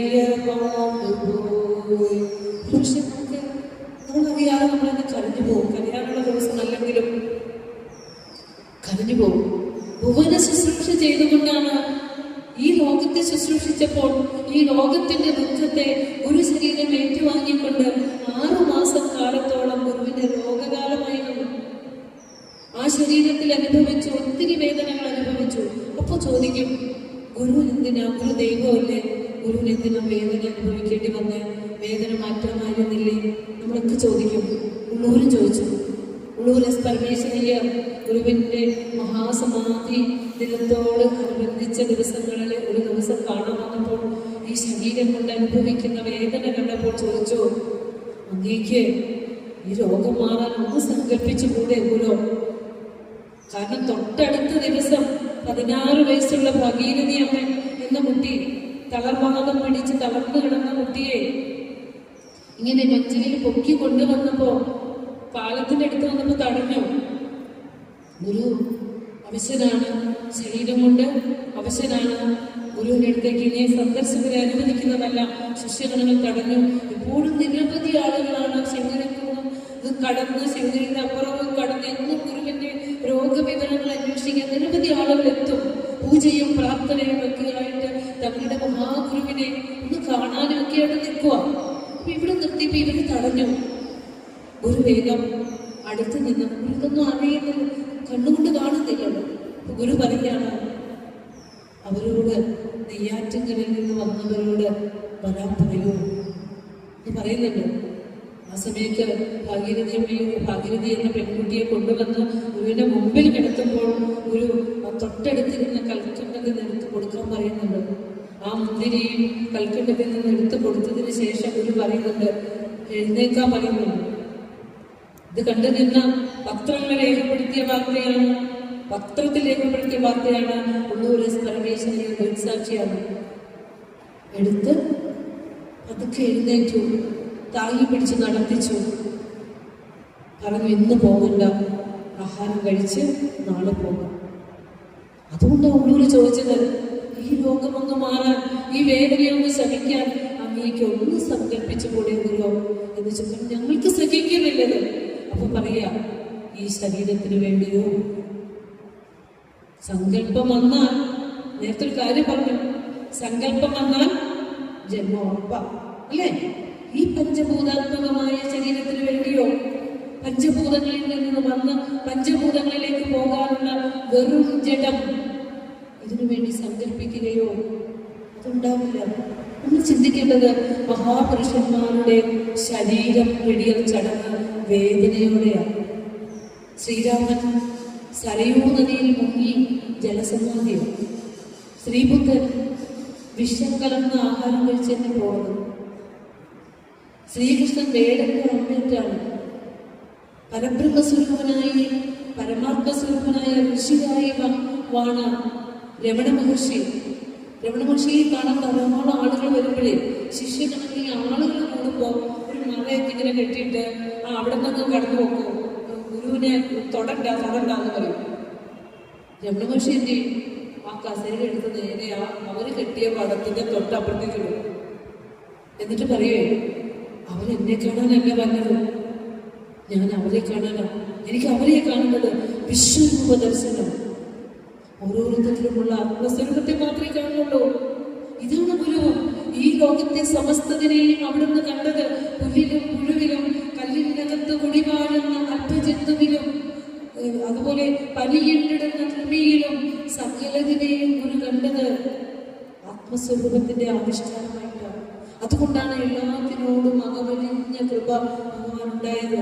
അതുകൊണ്ടാണ് പറഞ്ഞത്, ഒരു വീട് എറുമ്പിലും വരുത്തരുത്, എല്ലാവരും ആത്മസഹോദരനെന്നല്ലേ പറയേണ്ടത്, ഇത് ഓർക്കുകയെന്നാണ്. അവനിവനെന്നറിയുന്നതൊക്കെ ഓർത്താൽ അവനിൽ ആദിമമായ ഒരു ആത്മരൂപം. ഇതൊക്കെ അവിടുന്ന് അനുഭവിച്ച ആത്മാനന്ദാനുഭൂതിയുടെ നേർക്കാഴ്ചകളല്ലേ? ഇതൊക്കെ വായിക്കാതെ ഇതൊക്കെ പഠിക്കാതെ ഗുരുവിന്റെ ദാർശനിക ഭാവം അറിയാതെ ഒരു സാമൂഹിക പരിഷ്കർത്താവും നവോത്ഥാന നായകനുമൊക്കെ ആക്കി മാറ്റുമ്പോൾ അവനവന്റെ ബുദ്ധിക്കും എന്താ പറയാ ശക്തിക്കും അറിയുന്ന രീതിയിൽ ഗുരുവിനെ പഠിച്ചു പോക്കോളൂ. പക്ഷേ സത്യമായ ജീവിതം നമ്മൾ നയിക്കാൻ ആഗ്രഹിക്കുന്നെങ്കിൽ ഗുരുവിനെ യഥാർത്ഥ രീതിയിൽ തന്നെ നമ്മൾ അറിയണം. അപ്പോൾ പറഞ്ഞു വന്ന മഹാപുരുഷന്മാർ, രമണ മഹർഷി എനിക്ക് ഷോൾഡർ ക്യാൻസറായിട്ട് പഴുത്തിട്ട് ആ വ്രണത്തിൽ നിന്ന് പുഴു വരെ വരുമ്പോൾ പോലും ആ പുഴുവിനെയും കരുണയോടെ നോക്കുന്ന ആ ആത്മസ്വരൂപത്തിൽ അലിഞ്ഞ ആനന്ദത്തോടുകൂടി ഇരുന്ന ഋഷിവര്യനാണ് ശ്രീരാമകൃഷ്ണദേവൻ. പരമാത്മസ്വരൂപനായ ഒരു ഗുരുവാണ്. തൊണ്ടയിൽ ക്യാൻസർ വന്നാണ് മരിക്കുന്നത് അല്ലേ? ഗുരുവിന് മാത്രം എന്താ രോഗം? ഗുരു ദൈവം അല്ലെന്ന് ചോദിക്കുമ്പോൾ സംശയമാകുമോ അല്ലേ? അപ്പോ ഈ ശരീരം അങ്ങ് പോകുമ്പോൾ, പോക്കുവരവറ്റങ്ങ് പോകുമ്പോൾ ധാരാളം പീഡകൾ ഈ ശരീരത്തിൽ അനുഭവിക്കും. ഇവിടെ അയ്യപ്പൻ പറയാ, ഭുവന ശുശ്രൂഷേ അഴുതാലും നിങ്ങൾക്ക് എഴുന്ന വിഗ്രഹം വിലയമാണ്ടുപോയി. രോഗമൊക്കെ വരുന്നവരും ദുഃഖം അനുഭവിക്കുന്നവരും ഗുരുവിൻ്റെ അടുത്ത് നിന്ന് കരയും. ഒരു കലക്കട്ട എടുത്ത് കൊടുക്കും, ആദ്യം കൂടെ കിട്ടും. എന്തൊക്കെ രോഗം മാറ്റാം? ഒരു ഋഷീശ്വരന് അങ്ങനെയൊന്നും കൊടുത്തുകൂടാ. കാരണം സിദ്ധാനുഭൂതിയിലും എത്താതെയാമതിമകത്തായിടും ജനനിയെ പറഞ്ഞു തന്ന ഒരു ഒരിക്കലും സിദ്ധിവിശേഷക്കാരനല്ല, മായാജാലക്കാരനല്ല. തീവ്രമായ യോഗവിദ്യ അഭ്യസിക്കുമ്പോൾ ആർക്കും വന്നു ചേരാവുന്നതാണ് സിദ്ധിവിശേഷം. ഗുരു അതിനെയൊക്കെ മറികടന്ന ഋഷീശ്വരനാണ്. ഗുരുവിന്റെ സിദ്ധിവിശേഷങ്ങൾ പറഞ്ഞുകൊണ്ടല്ല നമ്മൾ ജനങ്ങളെ കയ്യിലെടുക്കേണ്ടത്, ഗുരുവിന്റെ ദാർശനിക ഭാവമാണ് അറിയേണ്ടത്. യോഗാനുഭൂതിയുടെ പരമമായ ഒരു തലത്തിലേക്ക് എത്തുമ്പോൾ, ഒരു യോഗി അനാഹത ചക്രത്തിൽ എത്തുമ്പോൾ, ഒരു യോഗിയിൽ വെളിവാകുന്ന ആത്മാനന്ദ അനുഭൂതിയിലെ പല സ്ഥിതിവിശേഷങ്ങളും കാണുന്നുണ്ടാവും. അതിലലിഞ്ഞു പോകാതെ ഒരു പറയാ, ഒഴുകി വരുന്ന അമൃതൊന്നും ആണ്ടുപോകാതെ ഒഴുവിലൊടുക്ക മുതിർക്കും അർക്കബിംബം എന്ന് പറഞ്ഞാൽ ഗുരുവ. ഈ സ്ഥിതിയിൽ അലിഞ്ഞു പോകില്ലേ? അവിടുന്ന് സഞ്ചരിക്കൂ, ലക്ഷ്യം കാണുന്നവരെ സഞ്ചരിക്കും എന്ന് പറഞ്ഞ് ഗുരുവിന്റെ സിദ്ധിവിശേഷങ്ങൾ പറഞ്ഞ് നടക്കാമോ? അതുകൊണ്ട് ഗുരുവിനെ കേൾക്കണമെങ്കിൽ സത്യത്തിൽ ഗുരുവിന്റെ ദർശനത്തിൽ അനിശ്ചിതമായി ഗുരുവിനെ കേട്ടില്ലെങ്കിൽ നമ്മളെ പിന്നെ തെറ്റിദ്ധരിപ്പിക്കും. ഗുരുവിന്റെ സിദ്ധിവിശേഷക്കാരനാക്കി ഒന്നും മാറ്റരുത്. സത്യമാണ്, അരുവിപ്പുറത്ത് മഴ പെയ്യിച്ചിട്ടുണ്ട്. പറ്റി വരണ്ട് നാട് മുഴുവൻ വെന്തുരുകിയപ്പോൾ ഒരിറ്റ് വെള്ളമില്ലാതെ വൃക്ഷങ്ങളുടെ നാദികളൊക്കെ ഉണങ്ങി വരണ്ടപ്പോൾ പാടിയിട്ടുണ്ട് അല്ലെ? അയ്യോ ഈ നീർ കൊണ്ട് വെന്തുരുകി വാടിയിരുന്നു അല്ലെ? കയ്യേടുവതിന് കാൺകിലൊരുവൻ കാരുണ്യവാനോ പയ്യാർ നീ ജനമഴിയിൽ പതിവതിൻ മുന്നേ വരഞ്ഞുഴി പെയ്യാരാജനമേ ഖനാമുപയാ ഗംഗാനദീരമേ. ഒരു പ്രാർത്ഥിച്ചതാ, ഒന്ന് പേടിയേക്കണേ. ഒന്ന് വൈകുന്നേരമാണല്ലോ അരുവിപ്പുറത്ത് കാറും കോടും ഒക്കെ വന്ന് അത് നെയ്യാറ് വരെ കവിഞ്ഞൊഴുകുന്ന മഴ പെയ്തതാണ്. സിദ്ധിവിശേഷമൊക്കെ ഒരു പക്ഷേ ഇത് ലോകരുടെ സങ്കടം കാണുമ്പോൾ നാം പറഞ്ഞാൽ നടക്കുമോ എന്ന് ഗുരു വെറുതെ ചോദിക്കും. പക്ഷെ അത് നടക്കും അല്ലേ? അപ്പൊ ഈ ഈ ഒരു ലോകരുടെ ദുഃഖം മാറ്റാനായിട്ട് അന്ന് പ്രവർത്തിച്ചിട്ടുണ്ടല്ലേ ആ ദുഃഖങ്ങൾ മുഴുവൻ ശരീരം കൊണ്ടൊക്കെ അനുഭവിച്ച് നിന്നത് ആലോചിച്ച് നോക്കൂ. അപ്പൊ നമുക്ക് വേണ്ടി, ഈ ലോകത്തിന് വേണ്ടി സഞ്ചരിച്ച ഗുരുവിന് വേണ്ടി മാറ്റിവെക്കാൻ പോലും ഒരു ദിവസം പോലും നമ്മുടെ പക്കലില്ല. എന്തിനാ ഓടുന്നതെന്ന് ചോദിച്ചാൽ ഒരു പിടി ഭസ്മമാക്കാൻ കയ്യിൽ കൊടുക്കി തരാൻ. നമ്മള് സമ്പാദിച്ച സമ്പത്തോ നമ്മുടെ മക്കളോ നമ്മുടെ സ്ഥാനമാനങ്ങളോ പദവികളോ ഒന്നും നമ്മുടെ ഈ ജീവിതത്തിന്റെ സാർത്ഥകതയ്ക്ക് ഉതകുന്നതല്ല. നമ്മൾ നേടുന്ന ധാർമ്മികതയും ആത്മീയവുമായ വെളിച്ചം മാത്രമാണ് നമ്മുടെ ജീവിത ലക്ഷ്യത്തിന് ഉതകുന്നത് എന്ന് മനസ്സിലാക്കിക്കൊണ്ട് ഓട്ടത്തിന്റെ സ്പീഡ് ഒന്ന് കുറച്ചിട്ട് ഈശ്വരനെ കുറിച്ച് ഗുരു പറഞ്ഞു തന്നിട്ടുള്ള വാക്യങ്ങൾ വീണ്ടും വീണ്ടും പഠിക്കണം. ഈശ്വരൻ ദൈവം കണ്ണില്ലാതെ കാണുകയും മൂക്കില്ലാതെ മണക്കുകയും ത്വക്കില്ലാതെ സ്പർശിക്കുകയും ചെവിയില്ലാതെ കാണുകയും ഒക്കെ ചെയ്യുന്ന ചിത് സ്വരൂപനാണ്, ബോധസ്വരൂപനാണ്, ബോധമായിട്ടിരിക്കുന്നു നമ്മളിൽ. ആ ദൈവത്തിന് ഇപ്പൊ കൃഷ്ണനെ പ്രാർത്ഥിക്കുന്നെങ്കിൽ കൃഷ്ണന് മനോഹര രൂപം കൊടുക്കുന്ന ഒരു ചിത്രകാരനാണ്, ഒരു പീലി വരച്ചു കൊടുക്കുന്ന ചിത്രകാരനാണ്. ആ ചിത്രം കണ്ട് നദി മയക്കണ്ട. കൃഷ്ണന്റെ രൂപം എന്താ? പട്ടേരിപ്പാട് പറഞ്ഞു, സാന്ദ്രാനന്ദാവബോധാത്മകമനുപമിതം നിർമുക്തം നിത്യമുക്തം നിഗമശതസഹസ്രേണ നിർവാസ്യമാനം. ഒന്നിന്റെ അർത്ഥം അറിയണ്ട. സാന്ദ്ര ആനന്ദ അവബോധം, എങ്ങും നിറഞ്ഞിരിക്കുന്ന ബോധസ്വരൂപനാണ്, അറിവേ സ്വരൂപനാണെന്ന് കൃഷ്ണൻ. അത് ദേശത്തിനും കാലത്തിനും രൂപത്തിനും അതീതനാണ്. അതിനെ ഒരു ശില്പി വരച്ചു തന്ന പടത്തിൽ മനസ്സിനെ പുതുക്കി അതാണ് ദൈവം അതാണ് ദൈവം എന്ന് പറഞ്ഞിട്ട് ഈ പരമസമ്പത്തിനെ തന്ന മുഴുവനെടുത്തിട്ട് മൂലക്കിട്ട് വെച്ച് ഒരു തന്ന 64 ജ്ഞാനസാഗരത്തെയും എടുത്ത് എവിടേക്കും വരച്ചതിന് എന്തിനെങ്കിലൊക്കെ ഒന്ന് പൂജിച്ച് ഇതൊന്നുമല്ല നമ്മൾ പോകേണ്ടത്. മനുഷ്യ ജീവിതത്തിൽ ആവശ്യമായതെല്ലാം ഔഷധം കൊണ്ട് ഗുരു തന്നിട്ടുണ്ട്. സംസാര രോഗ വിഷജേ നമ. ഗുരുവിന്റെ ഗുരുഷ്പാഞ്ജലി മന്ത്രം ഗുരു സശരീരനായിരിക്കുമ്പോൾ ചൈതന്യസ്വാമികൾ എഴുതി ഗുരു കണ്ട് തൃപ്തിപ്പെട്ട് കറക്റ്റ് ചെയ്ത മന്ത്രം കൊണ്ടാണ് നമ്മൾ ഗുരുവിനെ പൂജിക്കുന്നത്. ഗുരു ദൈവമാണോ എന്ന് ചോദിക്കുന്നവർക്ക് കൊടുക്കുന്ന ഉത്തരം തലശ്ശേരി ജഗന്നാഥ ക്ഷേത്രത്തിൽ ലഭിക്കുന്ന ഗുരു കണ്ട് തൃപ്തിപ്പെട്ടതാണ്. ഒരു അഭിപ്രായം പറഞ്ഞു, ഇതിന് വെള്ളവും ആഹാരവും ഇല്ലാതെ കുറെ നാൾ കഴിഞ്ഞോളൂല്ലോ. ഒരു കണ്ടതാണ്. അപ്പോ പറഞ്ഞു വരുന്നത് എന്താ? ഈശ്വരന്റെ ശരിയായ രൂപം. ഒരു മൃഗത്തിന്റെ കയ്യിൽ തൂലിക കൊടുത്താൽ ആ അവൻ വരയ്ക്കുന്ന ദൈവത്തിന് മൃഗത്തിന്റെ രൂപമായിരിക്കില്ലേ? ഗുരുവിന്റെ മക്കളാണ് നമ്മൾ. യുക്തിപൂർവ്വം ഈശ്വരൻ എന്തെന്ന് അറിയണം. നിങ്ങൾ ഏത് സ്ഥലത്തും നമ്മുടെ ദേവീയെ സങ്കല്പിച്ചു, രൂപത്തെ സങ്കല്പിച്ചു. എന്നിട്ട് നമ്മൾ പ്രാർത്ഥിക്കുമ്പോൾ ആ രൂപത്തിലൂടെ തെളിയേണ്ടത് എൻ്റെ ഉള്ളിലെ ആത്മചൈതന്യമാണ് എന്ന് അറിഞ്ഞില്ലെങ്കിൽ ഭക്തി കൊണ്ട് ഒരു പ്രയോജനമില്ല. ഭക്തി കൊണ്ട് ഒരു പ്രയോജനമില്ല. ജ്ഞാനത്തിലൂടെയാണ് ഭക്തിയിലേക്ക് എത്തേണ്ടത്. ദർശനമാല പഠിക്കൂ. ജ്ഞാന ദർശനം കഴിഞ്ഞ ഭക്തി പറയണേ. ഒരാളെ നമ്മൾ സ്നേഹിക്കണമെങ്കിൽ അയാൾ ആരാണെന്ന് അറിയണം. ഈശ്വരനെ സ്നേഹിക്കണമെങ്കിൽ ഈശ്വരൻ ആരാണെന്ന് അറിയണം. അപ്പൊ അതുകൊണ്ട് ശരിയായ ഈശ്വരനിലേക്ക് നമ്മളെ എത്തിക്കുന്നു ഗുരുവിന്റെ ദർശനം. ആ ദർശനം ദേശകാലങ്ങൾക്ക് അപ്പുറമാണ്. അത്തരത്തിലുള്ള ദർശനം തരുന്ന ഒരു ഗുരു ഇനി അവതരിക്കണമെങ്കിൽ 1000 വർഷം കഴിയണം. വള്ളത്തോളിനോട് ജയന്തിക്ക് ഒരു ആശംസ എഴുതി കൊടുക്കാൻ പറഞ്ഞപ്പോൾ മലയാളത്തിന്റെ മഹാകവി വള്ളത്തോൾ എഴുതി കൊടുത്തതാ, പെരുത്ത നൂറ്റാണ്ടിടയ്ക്കൊരിക്കലീ മരുപ്പറമ്പാം ഉലകത്തിരീശ്വരൻ ഒരൊറ്റ വൃക്ഷത്തെ നടുന്നു പാന്തരായി വരുന്നവർക്കായി തണൽമുറ്റമേകുവാൻ. നൂറ്റാണ്ടുകൾ കഴിയുമ്പോഴേ സത്യം നഷ്ടപ്പെട്ട് ഇരുട്ടാർന്ന ഒരു ലോകം നമുക്ക് സങ്കല്പിക്കാൻ പറ്റില്ല. വെറും 98 വർഷങ്ങൾക്ക് മുമ്പ് ഗുരുവിനെ കണ്ട അമ്മക്കുട്ടി അമ്മ നമ്മളുടെ അടുത്തുനിന്ന് മറന്നു പോയിട്ട് 1 വർഷം ആകുന്നേ ഉള്ളൂ.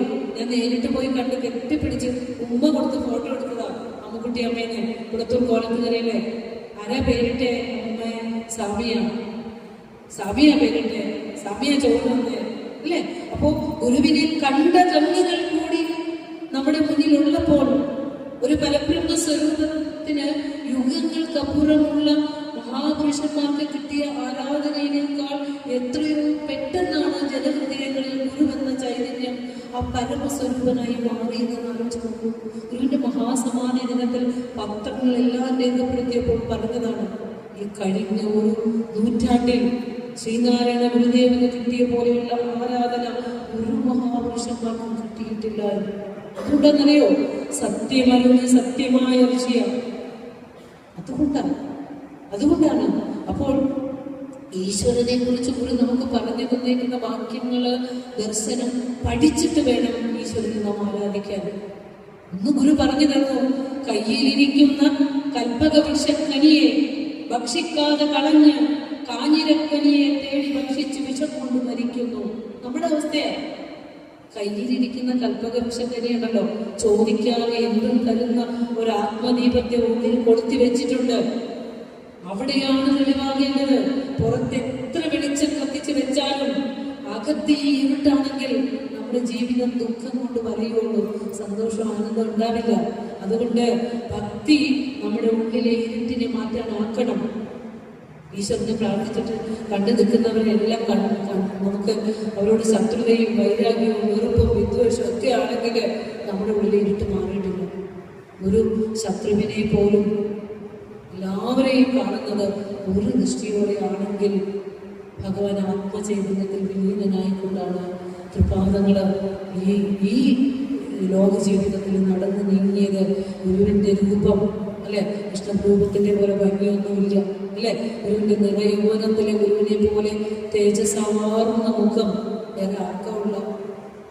ആശാ പറഞ്ഞ പോലെ ചെന്താർന്ന മുഖം ചേരനയനയുഗം ചാരുനെറ്റിത്തടം നൽകും താരം കന്തിമുങ്ങും പ്രഭയുടെ ഗുരുരോമാണിയാളുന്ന ഭൂമി ചന്തത്തിൽ ജാനുപോളം വരുമനിയകരം ചെന്നടും തുങ്കഭക്യ ചിന്തിച്ചുള്ളത്തിലേന്തി ഗുരുചരണയുഗം സന്തതം ഞാൻ തൊഴുന്നേ.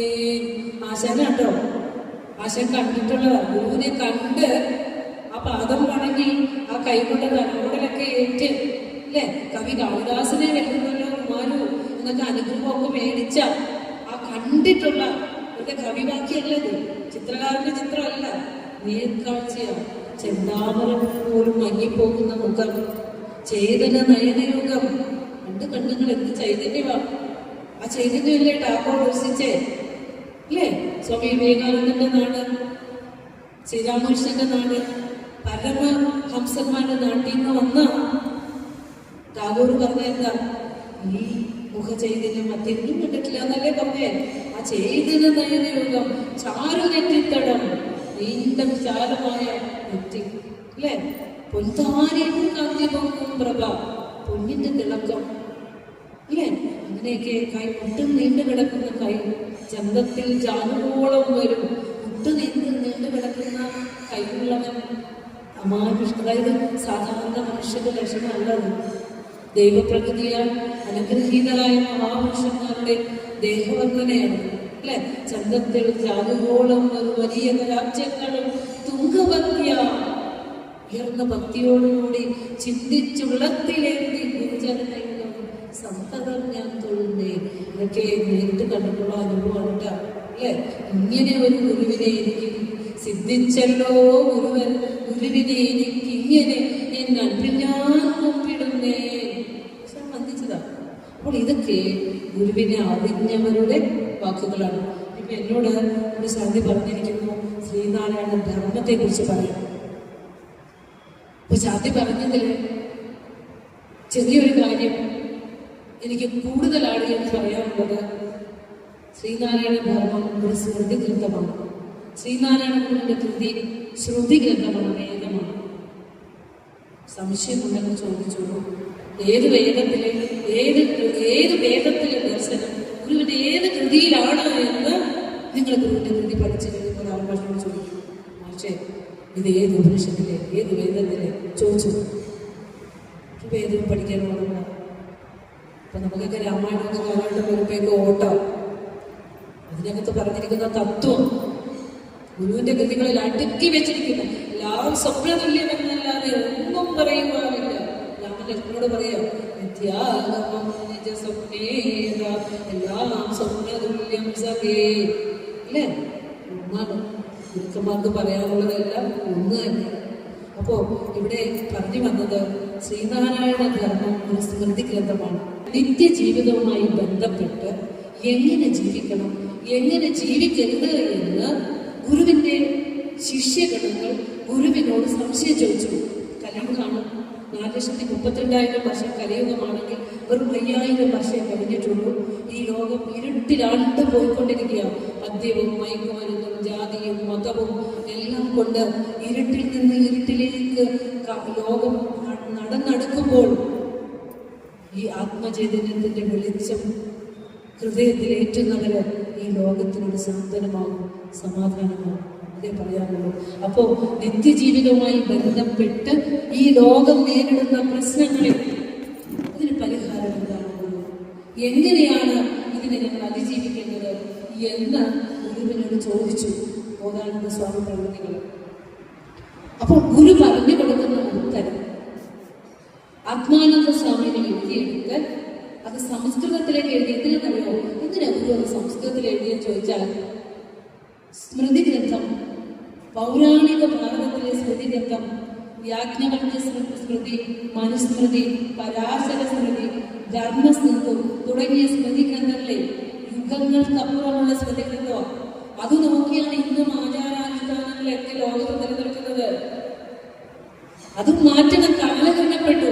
കാലത്തിന് അനുയോജ്യമായി സ്മൃതി പരിഷ്കരിക്കണ്ടേ? ആര് പരിഷ്കരിക്കും? ദൈവം തമ്പുരാൻ തന്നെ വരണ്ടേ? ലോകത്തെ ചികിത്സിക്കണമെങ്കിൽ സാക്ഷാൽ ലോകം സൃഷ്ടാവായ ദൈവം തന്നെ വരണം.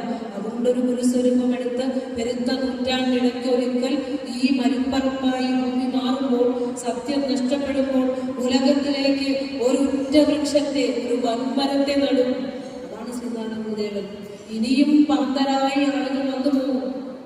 അവർക്ക് ഈ തണലിൽ നിന്ന് വിശ്രമിച്ച് ഈ ഇരുട്ട് മാറ്റി വെളിച്ചത്തിന്റെ ആ ജ്വാലകൾ ഹൃദയത്തിലേക്ക് കടന്നു പോകാം. ഗുരുവിന്റെ കൃതികൾ സനാതനമാണ്. ഈ ലോകം ഉള്ളിടത്തോളം കാലം നിലനിൽക്കും. സംശയമൊന്നുമില്ല, ഒരു സംശയമില്ല. ഇത് പഠിക്കുന്നവരും പ്രചരിപ്പിക്കുന്നവരും അതിന് ഗവേഷണ വിഷയങ്ങൾ ചെയ്ത് പ്രബന്ധങ്ങൾ തയ്യാറാക്കുന്നവരും ഒക്കെ ഉണ്ടായി വരണം. പഠിക്കണം, അറിയണം, അനുഭവിക്കണം. കാരണം ഇത് സാധാരണ ജനങ്ങളുടെ ജീവിതവുമായി വേദതത്വങ്ങളിൽ ചേർത്ത് വെച്ചിട്ട് പ്രായോഗിക ജീവിതത്തിൽ എങ്ങനെ നമ്മൾ ഈ ഉപനിഷത്ത് ദർശനത്തെ പ്രയോജനപ്പെടുത്താമെന്ന് പറഞ്ഞു തന്നിരിക്കുന്നത്. ഇത് തേടി വിദേശികൾ എത്തുന്നുണ്ട്, കൊണ്ടുപോകുന്നുണ്ട്, പഠിക്കുന്നുണ്ട്, അല്ലേ? പക്ഷെ നമ്മളിങ്ങനെ ഒരാളെയും കുറ്റം പറയുന്നില്ല. കാരണം നമ്മളിപ്പോൾ പഠിക്കാനൊക്കെ തുടങ്ങിയല്ലോ. നമുക്ക് ഈ ജീവിതത്തിൻ്റെ ചൂടും ക്ലേശങ്ങളൊക്കെ അനുഭവിക്കുന്ന നമുക്ക് ഇതിനു വേണ്ടിയിട്ട് മാറ്റിവെക്കാൻ സമയം എന്ന് പറയുമെങ്കിലും ക്ലാസ്സിലേക്ക് വരാൻ സമയം കണ്ടെത്തണം. അവസാനം നമ്മൾ പഠിക്കുന്ന ഈ നിമിഷം അത് മാത്രമേ നമ്മുടെ ജീവിതത്തിൽ തുണയായി നമ്മളിലേക്ക് കയറി വരുള്ളൂ. അപ്പോൾ അങ്ങനെ ശ്രീനാരായണ ധർമ്മം ജീവിതവുമായി ബന്ധപ്പെട്ടതാണ് കേട്ടോ. 10 സർഗമുണ്ട്, 295 ശ്ലോകമുണ്ട്. അതിൽ ആദ്യത്തെ 2 അധ്യായങ്ങൾ ശിവഗിരി വർണ്ണനയും ഗുരുവർണ്ണനയൊക്കെയാണ്. 3-ാമത്തെ അധ്യായത്തിൽ പഞ്ചധർമ്മങ്ങൾ പറയുന്നുണ്ട്. അത് ജാതി, മത, ദൈവ, വിചാരം. വെറുതെ നോട്ട് ചെയ്തോളൂ. നമ്മുടെ ശിവനൊക്കെ ഇന്ന് പ്രഭാഷണത്തിൽ പോയിക്കോണം. മറ്റൊരു വേദിയിൽ വളർന്നു വരുന്ന ചൈതന്യവത്തായ കുഞ്ഞുങ്ങൾ നമ്മുടെ ശാഖയിൽ തന്നെ ഉണ്ട്, അല്ലേ? അപ്പോൾ അമ്മ ഇതെല്ലാം എടുക്കുന്നുണ്ടെന്ന് തോന്നുന്നു. അപ്പോൾ നമ്മൾ പറഞ്ഞു കൊടുക്കേണ്ട ഒരു കാര്യം, സംസ്കൃതത്തിൽ എഴുതിയത് ആ സ്മൃതി ഗ്രന്ഥങ്ങളെല്ലാം സംസ്കൃതത്തിലായതുകൊണ്ട് ഒരു ഗ്രന്ഥത്തിന് പ്രാമാണികത്വം കിട്ടണമെങ്കിൽ അത് സംസ്കൃത ഭാഷയിൽ എഴുതണമെന്ന് അന്നൊരു നിയമമുണ്ട്. അതുകൊണ്ട് ഗുരു അത് ആത്മാനന്ദ സ്വാമി അത് സംസ്കൃതത്തിൽ എഴുതി. നമുക്ക് വേണ്ടി ശ്രീനാരായണ നിർത്തൽ അത് മലയാളത്തിലേക്ക് തർജ്ജമ ചെയ്തു തന്നിട്ടുണ്ട്. സംസ്കൃതം ഇതിനെ പേടിക്കേണ്ട, അതിന് താഴെ വ്യാഖ്യാനമുണ്ട്. നമ്മുടെ ആശ്രമത്തിൽ കിട്ടും. 80 രൂപയുള്ളൂ. മേടിച്ച് വെച്ച പൂജാമുറി വെച്ച് പൂജിച്ചോണ്ടിരുന്ന പോലെ തുറക്കണം, അത് വായിക്കണം. അതിൽ ജനനം മുതൽ മരണം വരെയുള്ള കാര്യം നിത്യജീവിതവുമായി ബന്ധപ്പെട്ട് ആദ്യത്തെ 2-ാമത്തെ അധ്യായത്തിൽ പറയുന്നത് എന്താണെന്നറിയോ? നമ്മുടെ ഏതാനും മാസങ്ങൾക്ക് മുമ്പ് നമ്മുടെ ഭാരതത്തിലെ ജാതിയും മതവും ചോദിച്ചുകൊണ്ട് മനുഷ്യന്റെ നേരെ നിറയൊഴിച്ച ഒരു ഭയാനകമായ ആ കാഴ്ച നമ്മുടെ മുന്നിൽ നിന്നും കണ്ണിൽ നിന്ന് മറന്നിട്ടില്ല, അല്ലേ? പറഞ്ഞിട്ടില്ല. ശ്രീനാരായണ ധർമ്മത്തിൽ ഗുരു അത് സൂചിപ്പിച്ചിട്ടുണ്ട്. അഹോ ജാതി പിശാചസ്യ ബാധയാ ചിത്തഭ്രമ കേചിത് മത്സരിണോ ഭൂത്വ ഹിംസന്യന്യാനഗിഞ്ജനാൻ. ഋഷീശ്വരനായ ഗുരുവിനോട് ശിഷ്യഗണങ്ങൾ ചോദിക്കുമ്പോൾ ആ ചൈതന്യം ഉൾക്കൊണ്ടുകൊണ്ട് പറയുകയാണ്, ജാതി പിശാച് ബാധിച്ച് ചിത്തഭ്രമം ബാധിച്ച് പാവപ്പെട്ട നിസ്സഹായരായ മനുഷ്യരെ ജാതിയുടെയും മതത്തിൻ്റെയും പേരിൽ കൊന്നൊടുക്കുന്നു ഗുരു. അതുകൊണ്ട് ധർമ്മവും സത്യവും ഞങ്ങൾക്ക് പറഞ്ഞു തരും. ഈശ്വര വിശ്വാസസ്ഥിതിയെ കുറിച്ച് പറഞ്ഞു തരൂ. ശിഷ്യ ചോദിക്കുക, എന്താണെന്നറിയോ?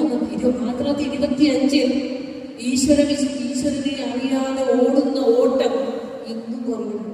ശിഷ്യ ചോദിക്കുക, യഥാകാമം ചരന്തിയെ ശൗചാചാരാദിവർജിത അനേക ദൈവ വിശ്വാസാത് ഉമ്മത്തായി സർവത.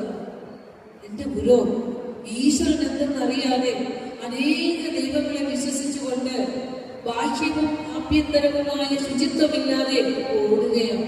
ഇതിന് പരിഹാരം എന്താ? നമ്മൾ സ്വയം നമ്മളോട് ചിന്തിച്ച് നോക്കിക്കേ.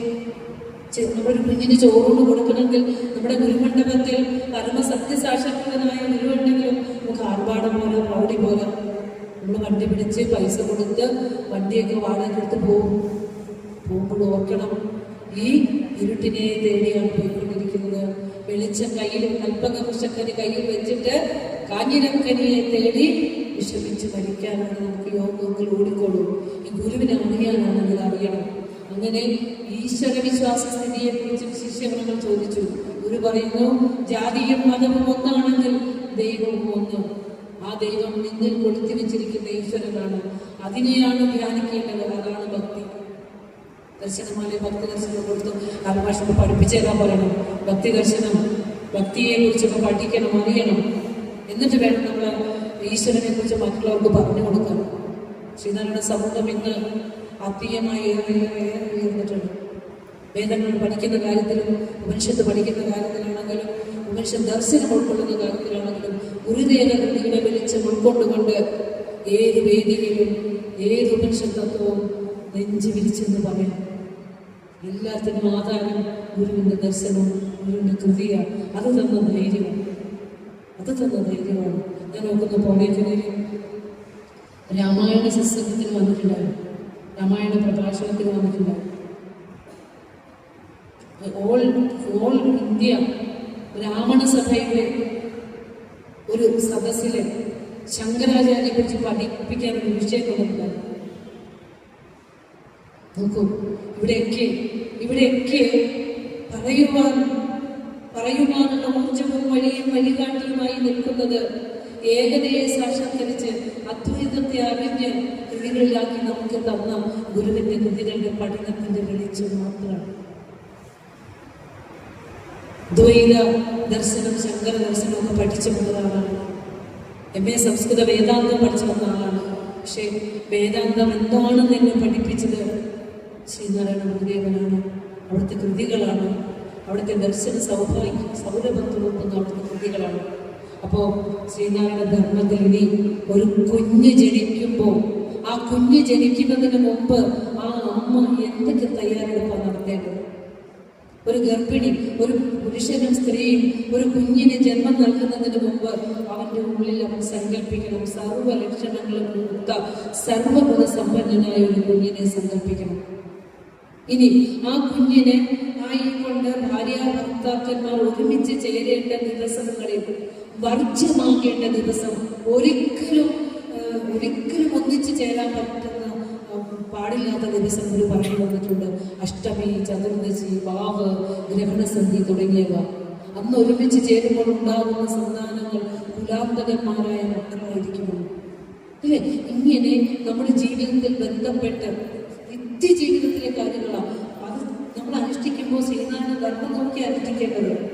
ഗുരു പറഞ്ഞു തന്നിരിക്കുന്ന കാര്യങ്ങൾ, അതൊരു കുഞ്ഞിനെ ഗർഭവതിയായിരിക്കുന്ന അമ്മ സദ്ഗ്രന്ഥങ്ങൾ പാരായണം ചെയ്യണം, നല്ല കഥകൾ കേൾക്കണം, മഹാന്മാരുടെ ജീവചരിത്രങ്ങൾ വായിക്കണം, പാട്ട് കേൾക്കണം, സാത്വിക ആഹാരം കഴിക്കണം, തൻ്റെ ഉള്ളിലെ കുഞ്ഞിനെ ബുദ്ധിവികാസത്തിന് പ്രണവം ചൊല്ലണം. അല്ലേ? ഇങ്ങനെയൊക്കെ നമുക്ക് പറഞ്ഞു തരാൻ നമ്മുടെയൊക്കെ കാലഘട്ടത്തിലെ ശ്രീനാരായണ ധർമ്മമൊന്നും ഒരു കൈകളിലൊന്നും എത്തിയിട്ടുണ്ടായിരുന്നില്ല. പക്ഷെ ഇപ്പോഴുള്ള കാലഘട്ടത്തിൽ നമുക്ക് നമ്മുടെ മക്കൾക്ക് പറഞ്ഞു കൊടുക്കാൻ പറ്റും. അവർ കേൾക്കുകയില്ലെന്നൊന്നും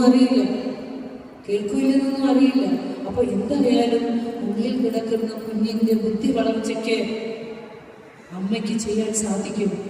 അമ്മയ്ക്ക് ബ്രഹ്മചര്യം നിർബന്ധം.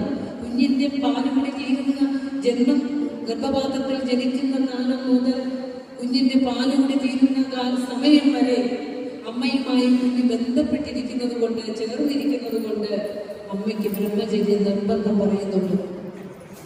അനുഷ്ഠിക്കാവുന്ന കാര്യങ്ങളൊക്കെ നമുക്ക് ചെയ്യാം. കാരണം ആ തമോവാസന കുട്ടികളിലേക്ക് പകരാതിരിക്കാൻ ഒരു കുഞ്ഞിൻ്റെ നല്ല ജീവിതത്തിന് വേണ്ടി അച്ഛനമ്മമാരും കുറച്ച് ത്യാഗം സഹിക്കണം. കാരണം ധർമ്മപ്രജാ സമ്പത്യർത്ഥമാണ് വിവാഹം. സ്ത്രീ പുരുഷ സുഖം അനുഭവിക്കുന്നതിനല്ല വിവാഹം, ധർമ്മപ്രജകൾ ഉണ്ടാകുന്നതിനാണ് വിവാഹമെന്നാണ് വധുവിന്റെ കൈ വരന്റെ കയ്യിലേക്ക് വെച്ചു കൊടുത്തിട്ട് പറയുന്നതാണ് ധർമ്മപ്രജ.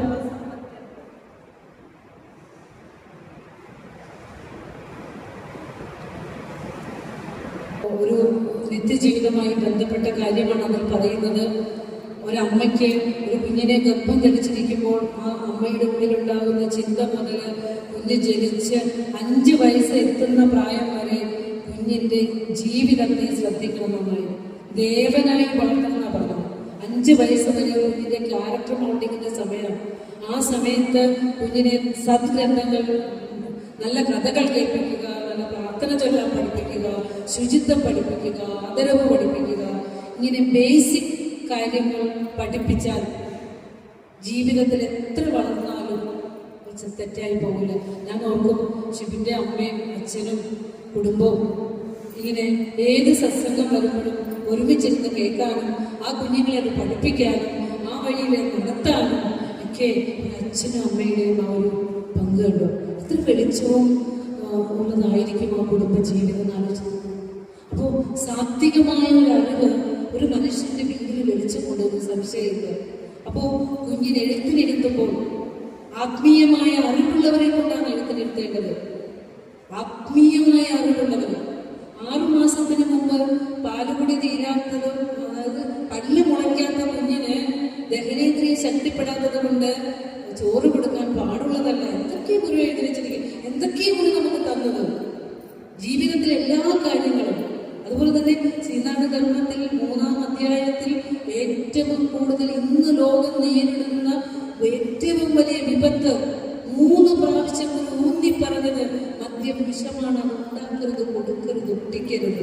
അല്ലെ? ഈ മൂന്നരുതുകള്, ജാതി ചോദിക്കരുത്, പറയരുത്, വിചാരിക്കരുത്, 3 times അല്ലെ? ഇന്ന് ഈ ലോകം നേരിടുന്ന വിപത്തരങ്ങളുണ്ട്. അപ്പോ ബുദ്ധിയെ കെടുത്തുന്നതാണ്, ബുദ്ധിയെ വൈകല്യജനകം മദ്യം. ഇത് പറഞ്ഞിരിക്കുന്ന ശ്രീനാഥ ധർമ്മത്തിലാണ്. ബുദ്ധിയെ കെടുത്തുന്ന ഒന്നായതുകൊണ്ട് ഒരു മനുഷ്യന്റെ ബുദ്ധി കെട്ടാൽ അവന്റെ ജീവിതവും അവന്റെ പ്രവൃത്തിയും അവന്റെ കുടുംബവും എങ്ങനെയായിരിക്കുമെന്ന് ചിന്തിച്ചെടുക്കാവുന്നു അല്ലേ? അതുകൊണ്ട് മദ്യാസക്തനെ അവന്റെ സ്വസ്യ ഭാര്യ പിതാ മാതാ സോദര പുത്രോപിച്ച ഈശ്വരോ ദ്വേഷ്ടി തസ്മാ മദ്യം പരിത്യജേത്. മദ്യവർജനത്തെ കുറിച്ച് ക്ലാസ്സൊക്കെ എടുക്കുന്ന എൻ്റെ ഭർത്താവ്. അപ്പം നമ്മൾ പറയുമ്പോൾ അതായത് ഒരു മദ്യപന്റെ കുടുംബത്തിലെ ഭാര്യയും മക്കളും എന്താ പറയുക, ഈശ്വരന്മാർ പോലും കൊടുക്കുന്നു എന്നുള്ള ഭാഷയെ അവരോട് ഉപയോഗിച്ചത്. അപ്പോ ഇന്ന് ഈ ലോകം നേരിടുന്ന ഏറ്റവും വലിയ പ്രശ്നമാണ് മദ്യവും മയക്കുമരുന്നും ഒക്കെ. ഏറ്റവും ദയനീയമായ കാര്യം, ഒരു തലമുറയ്ക്ക് ജന്മം നൽകേണ്ട പെൺകുട്ടികൾ വരെ മദ്യത്തിനും മയക്കുമരുന്നിനും അടിമപ്പെട്ട് ജീവിക്കുന്ന ഇരുട്ടാർന്ന ഈ ലോകത്തില് നമ്മുടെ കുഞ്ഞുമക്കളെയൊക്കെ ഈ ഗുരുവിന്റെ ദർശനം പഠിച്ച് അറിയിച്ച് വളർത്തിയാൽ നമ്മുടെ കുടുംബങ്ങളൊക്കെ വെളിവാകുന്നതാകും. സമൂഹത്തെ നന്നാക്കാനൊക്കെ എല്ലാവർക്കും പറ്റും. സമൂഹത്തെ നന്നാക്കണമെങ്കിൽ ഗുരു പറയുന്നു, സമൂഹം നന്നാകണമെങ്കിൽ ഓരോ വ്യക്തികളും നന്നാകണം അല്ലെ? മനുഷ്യൻ നന്നാകണം, മനുഷ്യ മനസ്സുകൾ ശുദ്ധീകരിക്കണം. ഉള്ളിൽ വെളിച്ചമുള്ളവർക്ക് മാത്രമേ പുറത്ത് വെളിച്ചം കൊടുക്കാൻ പറ്റൂ. ഉള്ളിൽ ഇരുട്ടാണെങ്കിൽ വെളിച്ചം പകരാൻ സാധ്യമല്ല. അതുകൊണ്ടാണ് ഗുരു പറഞ്ഞത്, നരനും തമ്മിൽ സാഹോദര്യം അനുവദിക്കണം, അതിന് വിപരീതമായതെല്ലാം ഇല്ലാതെയാകണമെന്നും, മതമേതായാലും മനുഷ്യൻ നന്നാകണം. നീ ഏത് അഭിപ്രായത്തിന്റെ ആയിക്കൊള്ളട്ടെ, ഏത് രാഷ്ട്രീയമായിക്കൊള്ളട്ടെ, ഏത് തത്വസംഹിതയിൽ നീ വിശ്വസിച്ചു കൊള്ളട്ടെ, പക്ഷെ നീ സത്യയുക്തനായിരിക്കണം, മനുഷ്യൻ നന്നാകണം. ഇതാണ് ഗുരുവിന്റെ ദർശനം, ശ്രേഷ്ഠമായ ദർശനം. അതുപോലെ തന്നെ വിവാഹത്തിന് ഒരു സ്ത്രീ ഒരു പുരുഷൻ പെൺകുട്ടികൾക്ക് വിവാഹം ചെയ്ത് കൊടുക്കുമ്പോൾ 5 പൊരുത്തം എന്ന് പറഞ്ഞിട്ടുണ്ട്. 10 പൊരുത്തം എന്നല്ല, 5 പൊരുത്തം. വിദ്യാഭ്യാസം, വിദ്യാവിത്ത വയോരൂപശീലം. വിദ്യാഭ്യാസം നോക്കണം, ധനസ്ഥിതി നോക്കണം, വയസ്സ് നോക്കണം, സ്വഭാവം നോക്കണം, സൗന്ദര്യം നോക്കണം. പണ്ട് കാലത്ത് അറിയാം, 20 വയസ്സുള്ള കുട്ടിയെ 40 വയസ്സുള്ള കൂടെയൊക്കെ കല്യാണം കഴിക്കല്ലേ? കല്യാണം കഴിക്കാൻ മണ്ഡപത്തിൽ നിൽക്കുമ്പോഴായിരിക്കും അതിനെ കാണുന്നത്. ഗുരു പറയാം, ശാസ്ത്രജ്ഞത്തിന്റെ ഋഷീശ്വരനാണ് ഗുരു. ജീവിതത്തിന്റെ സമസ്ത മേഖലയെയും ഗുരുദർശനം സ്പർശിച്ചിട്ടുണ്ട്. ഗുരു പറയും, വിവാഹം കഴിക്കാൻ പോകുന്നവരെ പരസ്പരം ഒരുമിച്ച് കാണാനുള്ള, അവർക്ക് സംസാരിക്കാനും അറിയാനും കാണാനുള്ള അവസരം ഒരുക്കി കൊടുക്കണം. അതാണ് ആശാൻ പറഞ്ഞത്, നമുക്ക് വേണ്ടതെല്ലാം തന്നിട്ടുണ്ട്. മാതാവേ പോൽ മനസ്സിൽ കരുണ, ജനകനെ പോലവേ ക്ഷമചിന്തം, പ്രാതാവേ പോലെ എന്തുന്നിതു ഹൃദി സഹജ സ്നേഹമാവമെന്നേ, വേദത്തെ പോലെ ഓതുന്നറിവ് നൃപതിയെപ്പോലെ പാലിച്ചിടുന്നു, ഇന്നേതല്ലോത്താലെനിക്കും ഗുരുപരമതിനെ സദരം ഞാൻ തൊഴുന്നേ. അമ്മയുടെ വാത്സല്യവും അച്ഛൻ്റെ ആ ഒരു ക്ഷേമചിന്തയും സഹോദരന്റെ സഹജ സ്നേഹവും ഒരു രാജാവിനെ പോലെയുള്ള പരിപാലനവും എല്ലാം എനിക്ക് തന്ന എൻ്റെ ഗുരു. ഏതോർത്താലാണ് എനിക്ക് എൻ്റെ ഗുരുവിൻ്റെ പാദം വന്ദിക്കാതിരിക്കണം. അപ്പോൾ ശ്രീനാരായണ ധർമ്മം എന്ന ഗ്രന്ഥം പഠിക്കേണ്ടതുണ്ട്, അറിയേണ്ടതുണ്ട്. മരണാനന്തര ജീവിതം, മരിച്ചു കഴിഞ്ഞാൽ അടിയന്തരം നടത്തേണ്ടത് നമ്മളൊക്കെ 16 എന്ന് പറഞ്ഞ് വളരെ ഉറപ്പിലിരിക്കുക. ബോധാനന്ദ സ്വാമികളൊക്കെ ആയുധമെടുത്തു 16 കഴിയുകയാണെങ്കിൽ ഓരോ ജാതിക്കനുസരിച്ചാണ് അടിയന്തരം നടത്തിയിരുന്നത്. പുല കൂടുകയാണ്, ശുദ്ധി കൂടുന്നതനുസരിച്ച് പുലയുടെ സമയം കൂടും. ബോധാനന്ദ സ്വാമികൾ നടക്കത്തില്ല. 11-ാം ദിവസം 10-ാം ദിവസം പുലവെള്ളി ചടങ്ങ് നടത്തി, പുണ്യാഹം നടത്തി, 11-ാം ദിവസം പുണ്യാഹം നടത്തി, 12-ാം ദിവസം ക്ഷേത്രത്തിൽ പോവാം. നമുക്ക് ശ്രീനാരായണ ധർമ്മമല്ലേ പ്രമാണം. അമ്മമാരെല്ലാം സമ്മതിക്കത്തില്ല, 16 മിനിറ്റ് കുടിച്ചോണ്ടിരിക്കല്ലേ, സമ്മതിക്കുകയില്ല. അപ്പൊ ഓർക്കുകയാണ്, അത് ബ്രാഹ്മണർക്ക് സമുദായത്തിന്, ബ്രാഹ്മണ ഉദ്ദേശ സമുദായമാണല്ലോ ബ്രാഹ്മണ. കേരളം കണ്ട് ബ്രാഹ്മണനെന്ന് പറയാവുന്ന ബ്രാഹ്മണ ശ്രീനാരായണ ഗുരുദേവനാണ് ബ്രഹ്മത്തെ സാക്ഷാത്കരിച്ച് ബ്രഹ്മമായി തീർന്ന ഗുരു. അപ്പോ ആ സമുദായത്തിന്റെ ആചാരം 12 ദിവസമാണ് ആണല്ലോ. ബാക്കിയുള്ളവർക്ക് ആയിരത്തെ കൂടിയിട്ടാണ്, അത് ഇരുട്ട് കൂടിയിട്ടാണ്. അപ്പൊ തിരിച്ചു നടക്കണ്ട, ഒരു ശ്രീനാരായണ ധർമ്മത്തിലേക്ക് പറഞ്ഞ് ആ തത്വസംഹിതയിൽ അധിഷ്ഠിതമായി നമുക്ക് ജീവിക്കാനായിട്ട് സാധിക്കണമെന്ന് പറഞ്ഞുകൊണ്ട് ഈ വർഷത്തെ മഹാസമാധി ദിനാചരണത്തില് ഗുരുവിനെ അറിഞ്ഞ് ഗുരുപാദങ്ങളിൽ നമസ്കരിക്കാനുള്ള അർഹനാകണം. അറിയുമ്പോൾ ഗുരുവെന്ന പരമചൈതന്യം എന്റെ ബുദ്ധിയെ തെളിയിച്ച് നല്ല വഴിയെ കൊണ്ടുപോകണേ ഗുരുവേ എന്ന പ്രാർത്ഥന വേണം. മനസ്സിൽ വന്നു നീ പിറന്ന ദൈവമേ,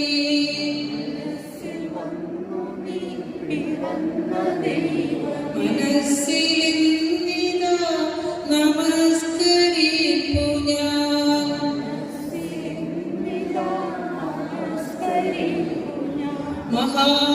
മഹാസമാധിയിൽ നമസ്കരിപ്പു ഞാൻ.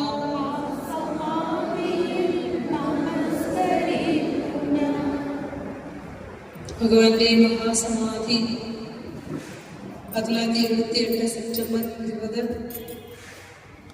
കന്നിമാസം 5-ാം തീയതി ഗുരുവിന്റെ ആ ത്രിപുടി മുടിഞ്ഞ് ത്രിഭുവന സീമ കടന്നു തിങ്ങിവിങ്ങി ത്രിപുടി മുടിഞ്ഞു തെളിഞ്ഞിരുന്ന ദീപം, ആ പരമ ചൈതന്യം പരമാത്മസ്വരൂപമായി മാറിയ ആ ദിവ്യമായ സന്ദർഭത്തില് പ്രാർത്ഥനയോടുകൂടി നമുക്ക് ഈ ദിവസത്തെ കഴിച്ചുകൂട്ടാം. അതിനുവേണ്ടി ഗുരുവിൻ്റെ അനുഗ്രഹം ഉണ്ടാകട്ടെ എന്ന് പ്രാർത്ഥിച്ചുകൊണ്ട് എന്നെ ശ്രമിച്ച ശ്രോതാക്കൾക്ക് ഏവർക്കും നന്ദി പറഞ്ഞുകൊണ്ട് എന്നെ ഈ വേദിയിലേക്ക് ക്ഷണിച്ച എളമക്കര SNDP ശാഖാ യോഗത്തിനോടുള്ള സ്നേഹാദരവ് അറിയിച്ചുകൊണ്ട് നിർത്തുന്നു. ഗുരുവോ തത്സത്. ടീച്ചറുടെ പ്രഭാഷണം നിങ്ങൾ ഹൃദയത്തിലെത്തി എന്നാണ് എൻ്റെ വിശ്വാസം. ഗുരു ആരാണെന്നും എന്താണെന്നും നമുക്കെല്ലാവർക്കും അറിയാമെങ്കിലും ടീച്ചർ അത് വളരെ വ്യക്തമായി പറഞ്ഞു തന്നു. ടീച്ചറോടും ഹസ്ബൻഡിനും ഞങ്ങൾക്കുള്ള അഗൈതവുമായ നന്ദി രേഖപ്പെടുത്തുകയാണ്.